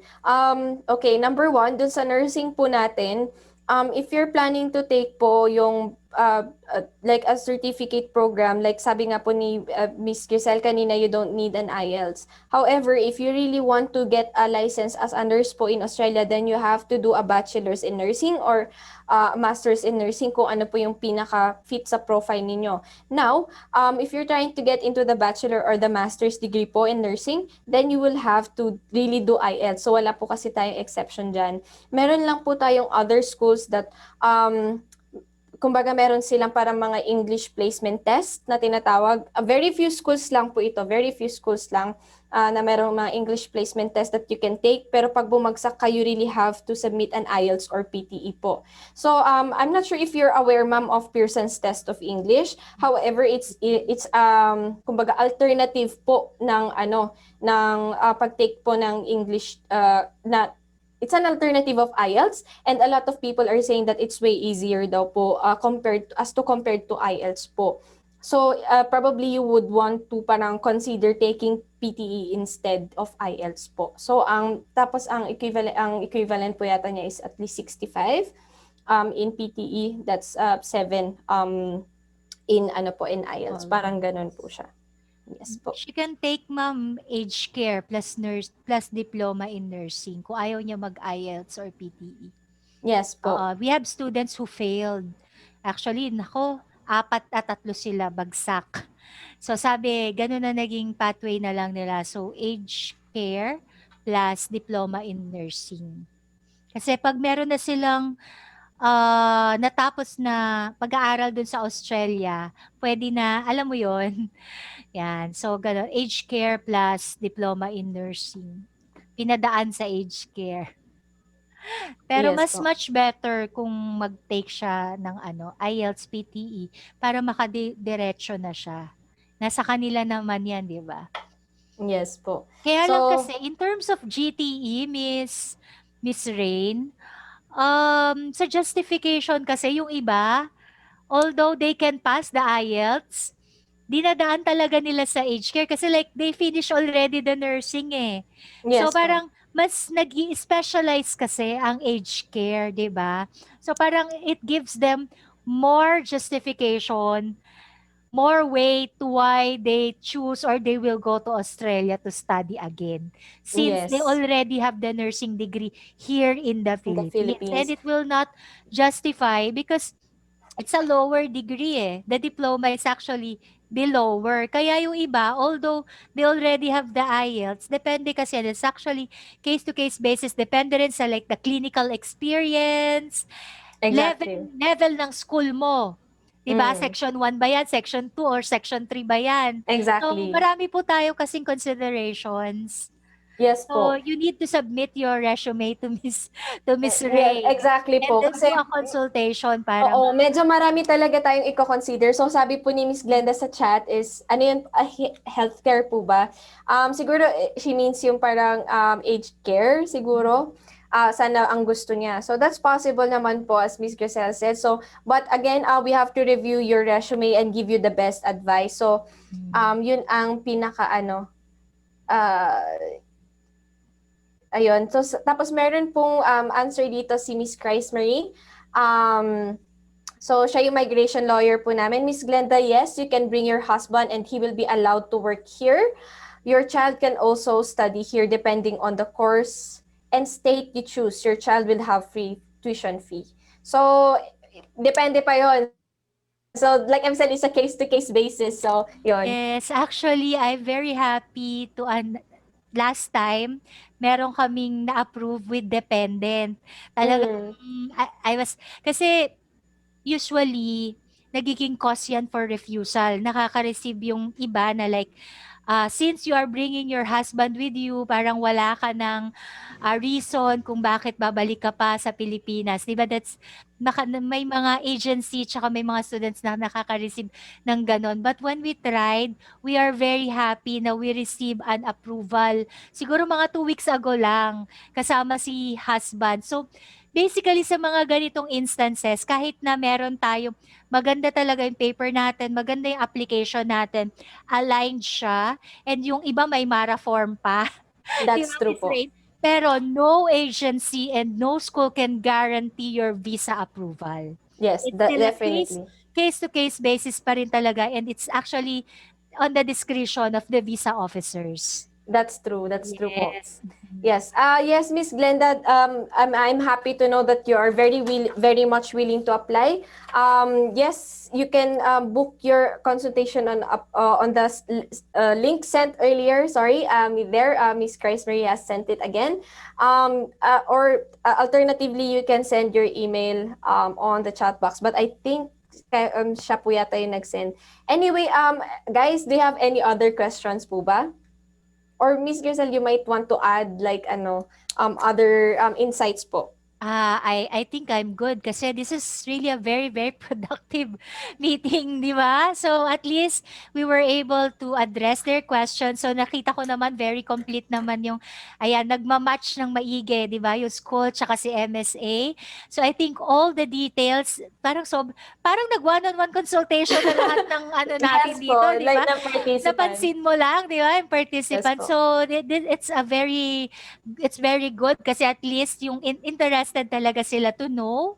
And then for other details talaga, hindi kasi masasagot lahat yan ni Miss Rain kasi talagang lahat ng students, kahit nga minsan same course sila kasi ganyan yan, Miss Rain eh. Magka-opisina yung mga nag-a-apply o mag-classmates sa ano. Although they have the same qualification, same age, etc. Iba-iba yan ang circumstances. Exactly. So you really need ng one-on-one consultation with Miss Rain para at least she can advise you. Sa amin naman, Miss Rain, sa part ng school namin, alam mo, may attention was called I think 2 weeks ago. Kasi meron akong nirefuse na 5 students. Sabi ni sir, Grishel, 5 to. 4 lang ang in-approve mo. Mas marami ka pang nirefuse na students ha, kaysa sa in-approve mo. Sabi ko kasi sir, like, of course, gusto natin na lahat maka-avail ng opportunities na to. But then, you can be sure na with us, MSA and Western Sydney College, we really think like a migration lawyer or a visa officer, that we are actually weighing your chances. We look at your gaps, we look at your education and its alignment to your experience and the course that you will take in Australia. And if we think na parang, oh no, kasi ayaw din namin na umasa kayo, and then ayaw din namin na ma-waste lahat ng efforts namin, and at the same time, we don't want to make promises. So it's like, we are managing your expectations. So like in the case na wag magtampo si Miss Rain, kapag may mga applicants, ano ba naman to si Miss Grishel, tinanggihan na lang lahat. Di ba? So, ganun yung nangyayari. Kasi at least, no, it's good you have your MARA agents. Our schools also have 3 MARA agents. 3 ang MARA agent namin, ang BDM ng WSC, ng Harbour, at ang PEO ng Harbour. Lahat kami lahat sila ay MARA agents. Kaya medyo mahigpit. Kapag meron akong na-refuse, tinatanong na ako agad, Grishel, bakit na-refuse to? Patingin ako ng SOP. Ayan. So, kaya ako, medyo talagang very particular din kami na kasi yun, di ba? You also don't want na parang, nagsayang lang pala ako ng time, ng money, ng effort. Di ba? So, you'll get the answer talaga na we regret. So, pag kayo ay tinanggap ni Miss Rain, at saka pag kayo ay tinanggap ng school or tinanggap ko habang ako pa ang country marketing manager ng WSC, you'll be assured that you have fighting chances. Yes, that's true. That we have assessed na talagang yun, nakita namin yung resume mo, etc. Ganyan. Yun. So, wag sasama loob. And Miss Rain, wag din yung mo kasi like sa amin, kahit may MARA agent, meron kaming format. They have to follow the format. Exactly. Mga nakakalimang balik na yung nila, SOP, hindi pa rin namin na-approve ganyan. Nagagalit na yung mga MARA nila. Sabi ng MARA sa akin, mas marunong ka ba sa akin? Ayan, so, ganon. But then, sabi namin, we just want to help. Ayan, Yes, so kami exactly. naman at yung agency, we want to help as many Filipinos as we can to achieve their Australian dreams. Exactly. And we hope, na nakatulong kami. Ayan. And yes, definitely, and that's true as well. So even for us as a migration agent, we also look at very closely at case-to-case basis kasi hindi naman pwedeng tanggap tayo ng tanggap kasi our clients are not our cash cows. Our clients are people who really want to help Ganon. So, we don't take yung cases blindly. We really judge kung ano talaga yung best na opportunity for you guys. So, we just don't take it blindly and then, just enroll, blah, blah, blah, ganon. No. We make sure as well na pagka mag-submit kami ng enrollments, it's complete, na may matatanggap kayo, and that, kumbaga, yun nga, we also work with good colleges as well. So, yun yung isang benefit. Sir Rudy, yung question mo, may accredited hospitals po ba kayo dito sa Cebu for medical requirements? Yes, we have Nationwide Health Systems Clinic, which is located in Cebu po. So, just to clarify, we only have, I think, 5 clinics or accredited clinics po in the Philippines. So, one is in Baguio, where I came from, 2 here in Manila, one is in Davao, one is in Cebu. So, kumbaga very strategically located din naman po ang mga clinics natin. So, rest assured, doctor, sa mga accredited doctors or physicians natin is meron naman po sa mga closest na mga cities or major cities po dito sa Philippines. So, yeah, I hope I answered your question, Sir Rudy. Yan po. Yes. Yan. So, any other questions po, guys, from our audiences right now? Ayun. So, if you don't have any questions po, feel free to book your appointment on the links sent here by the MSA team. So, that's MSA Immigration, Australia.setmore.com. So, we can give you a one-on-one consultation. So, it's very important po na one-on-one talaga yung very specific na ito talaga yung course na para sa'yo. Ito yung school, ito yung cost, ito yung requirements mo. Kasi for example, like si Miss Glenda kanina, sabi niya, ang husband is nasa abroad. So, I also want to know kung kumbaga, uuwi ba si husband before sila mag-lodge ng visa or hiwalay sila mag-a-apply ng visa. Something like that. So, it differs for everybody kasi meron din yung mga iba na iba ang requirements or iba ang translation. Kasi for example, meron akong mga student dati na from Cambodia, yung translation ng ibang mga documents nila is nandun. So, they have to redo it in English, something like that. So, yeah, definitely we can help you out. Just set up one-on-one consultation with us. Ma'am, Giselle, may tanong si Sir Rudy. For TOR ko kasi nakalagay for employment. Pwede po ba yun? So, I don't think it matters naman po. Yeah. Yes, as long as it's a clear copy, clear colored scanned copy. Alam mo, Miss Rain, ito yung nakakalungkot. Meron sa aming nag-apply because his visa was refused from another school and from a different agency. And then looking at his documents, he Malinis submitted naman. fraudulent documents. So that's the reason why. Pero nakalusot siya sa agency at nakalusot siya sa school. That's why kami, like, there's an increase of fraudulent documents now. Kaya kami talaga clear scanned copy. Kasi Yeah, yung mga with the stamp. Yes, with kasi the dry stamp. Yeah. kasi kahit yung mga photocopy na kahit certified true copy o kaya na notarized din siya, parang medyo ayaw mo na siyang tanggapin ngayon eh. Alam mo kung bakit ko napansin yon? Yung sinabit ni student na yon, galing siya sa isang college. Same signatories sa diploma at sa transcript, different signatures. So hindi niya na nagaya yung pinirma niya dun sa isa.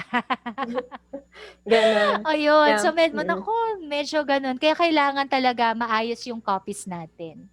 Yes po. So, yun. Yes, to answer your question, okay lang po yun, Sir Rudy. Kasi meron yung iba, may mga different like purpose kung ba't nakukuha ng TOR, which is tinatanong talaga yun sa registrant sa office ng mga colleges, but it doesn't really matter as long as your documents are legitimate and you have to submit as a clear scanned copy, colored scanned copy, by the way, na mga documents po. Yes, Miss Glenda, I'm also looking forward sa one-on-one talk. Please book your appointment with me doon po sa link. Alright. So, I'm not sure if we still have any questions left. But anyway, guys, you can email us or you can chat us on our Facebook for any inquiries. And of course, definitely, ngayon kasi ang hirap mag-walk-in sa mga office kasi most clients want a one-on-one talk sana, no? Even for me, I prefer that one because I can explain better. Pero right now, what we can do is, kumbaga, let's meet halfway, let's meet online, and have a one-on-one talk. So I think it's gonna be more focused na rin po sa mga cases ninyo and without any other distractions po. Alright? Ayun. So, guys, if you don't have any questions, I would like to end this webinar. And I really wish you guys to have a great weekend. And again, I deeply apologize for the unfortunate thing that happened earlier. We were not expecting it at all. I'm very, very sorry. I'm sorry, Miss Grisel. Yeah, basically that's what I want to say. And yeah, have a great weekend, everyone. Yes. Thank you, Miss Rain. Thank you po sa Thank you. pag-invite. Yes po. Thank you, everyone. Have a Salamat. great Bye-bye weekend po. po. Bye po.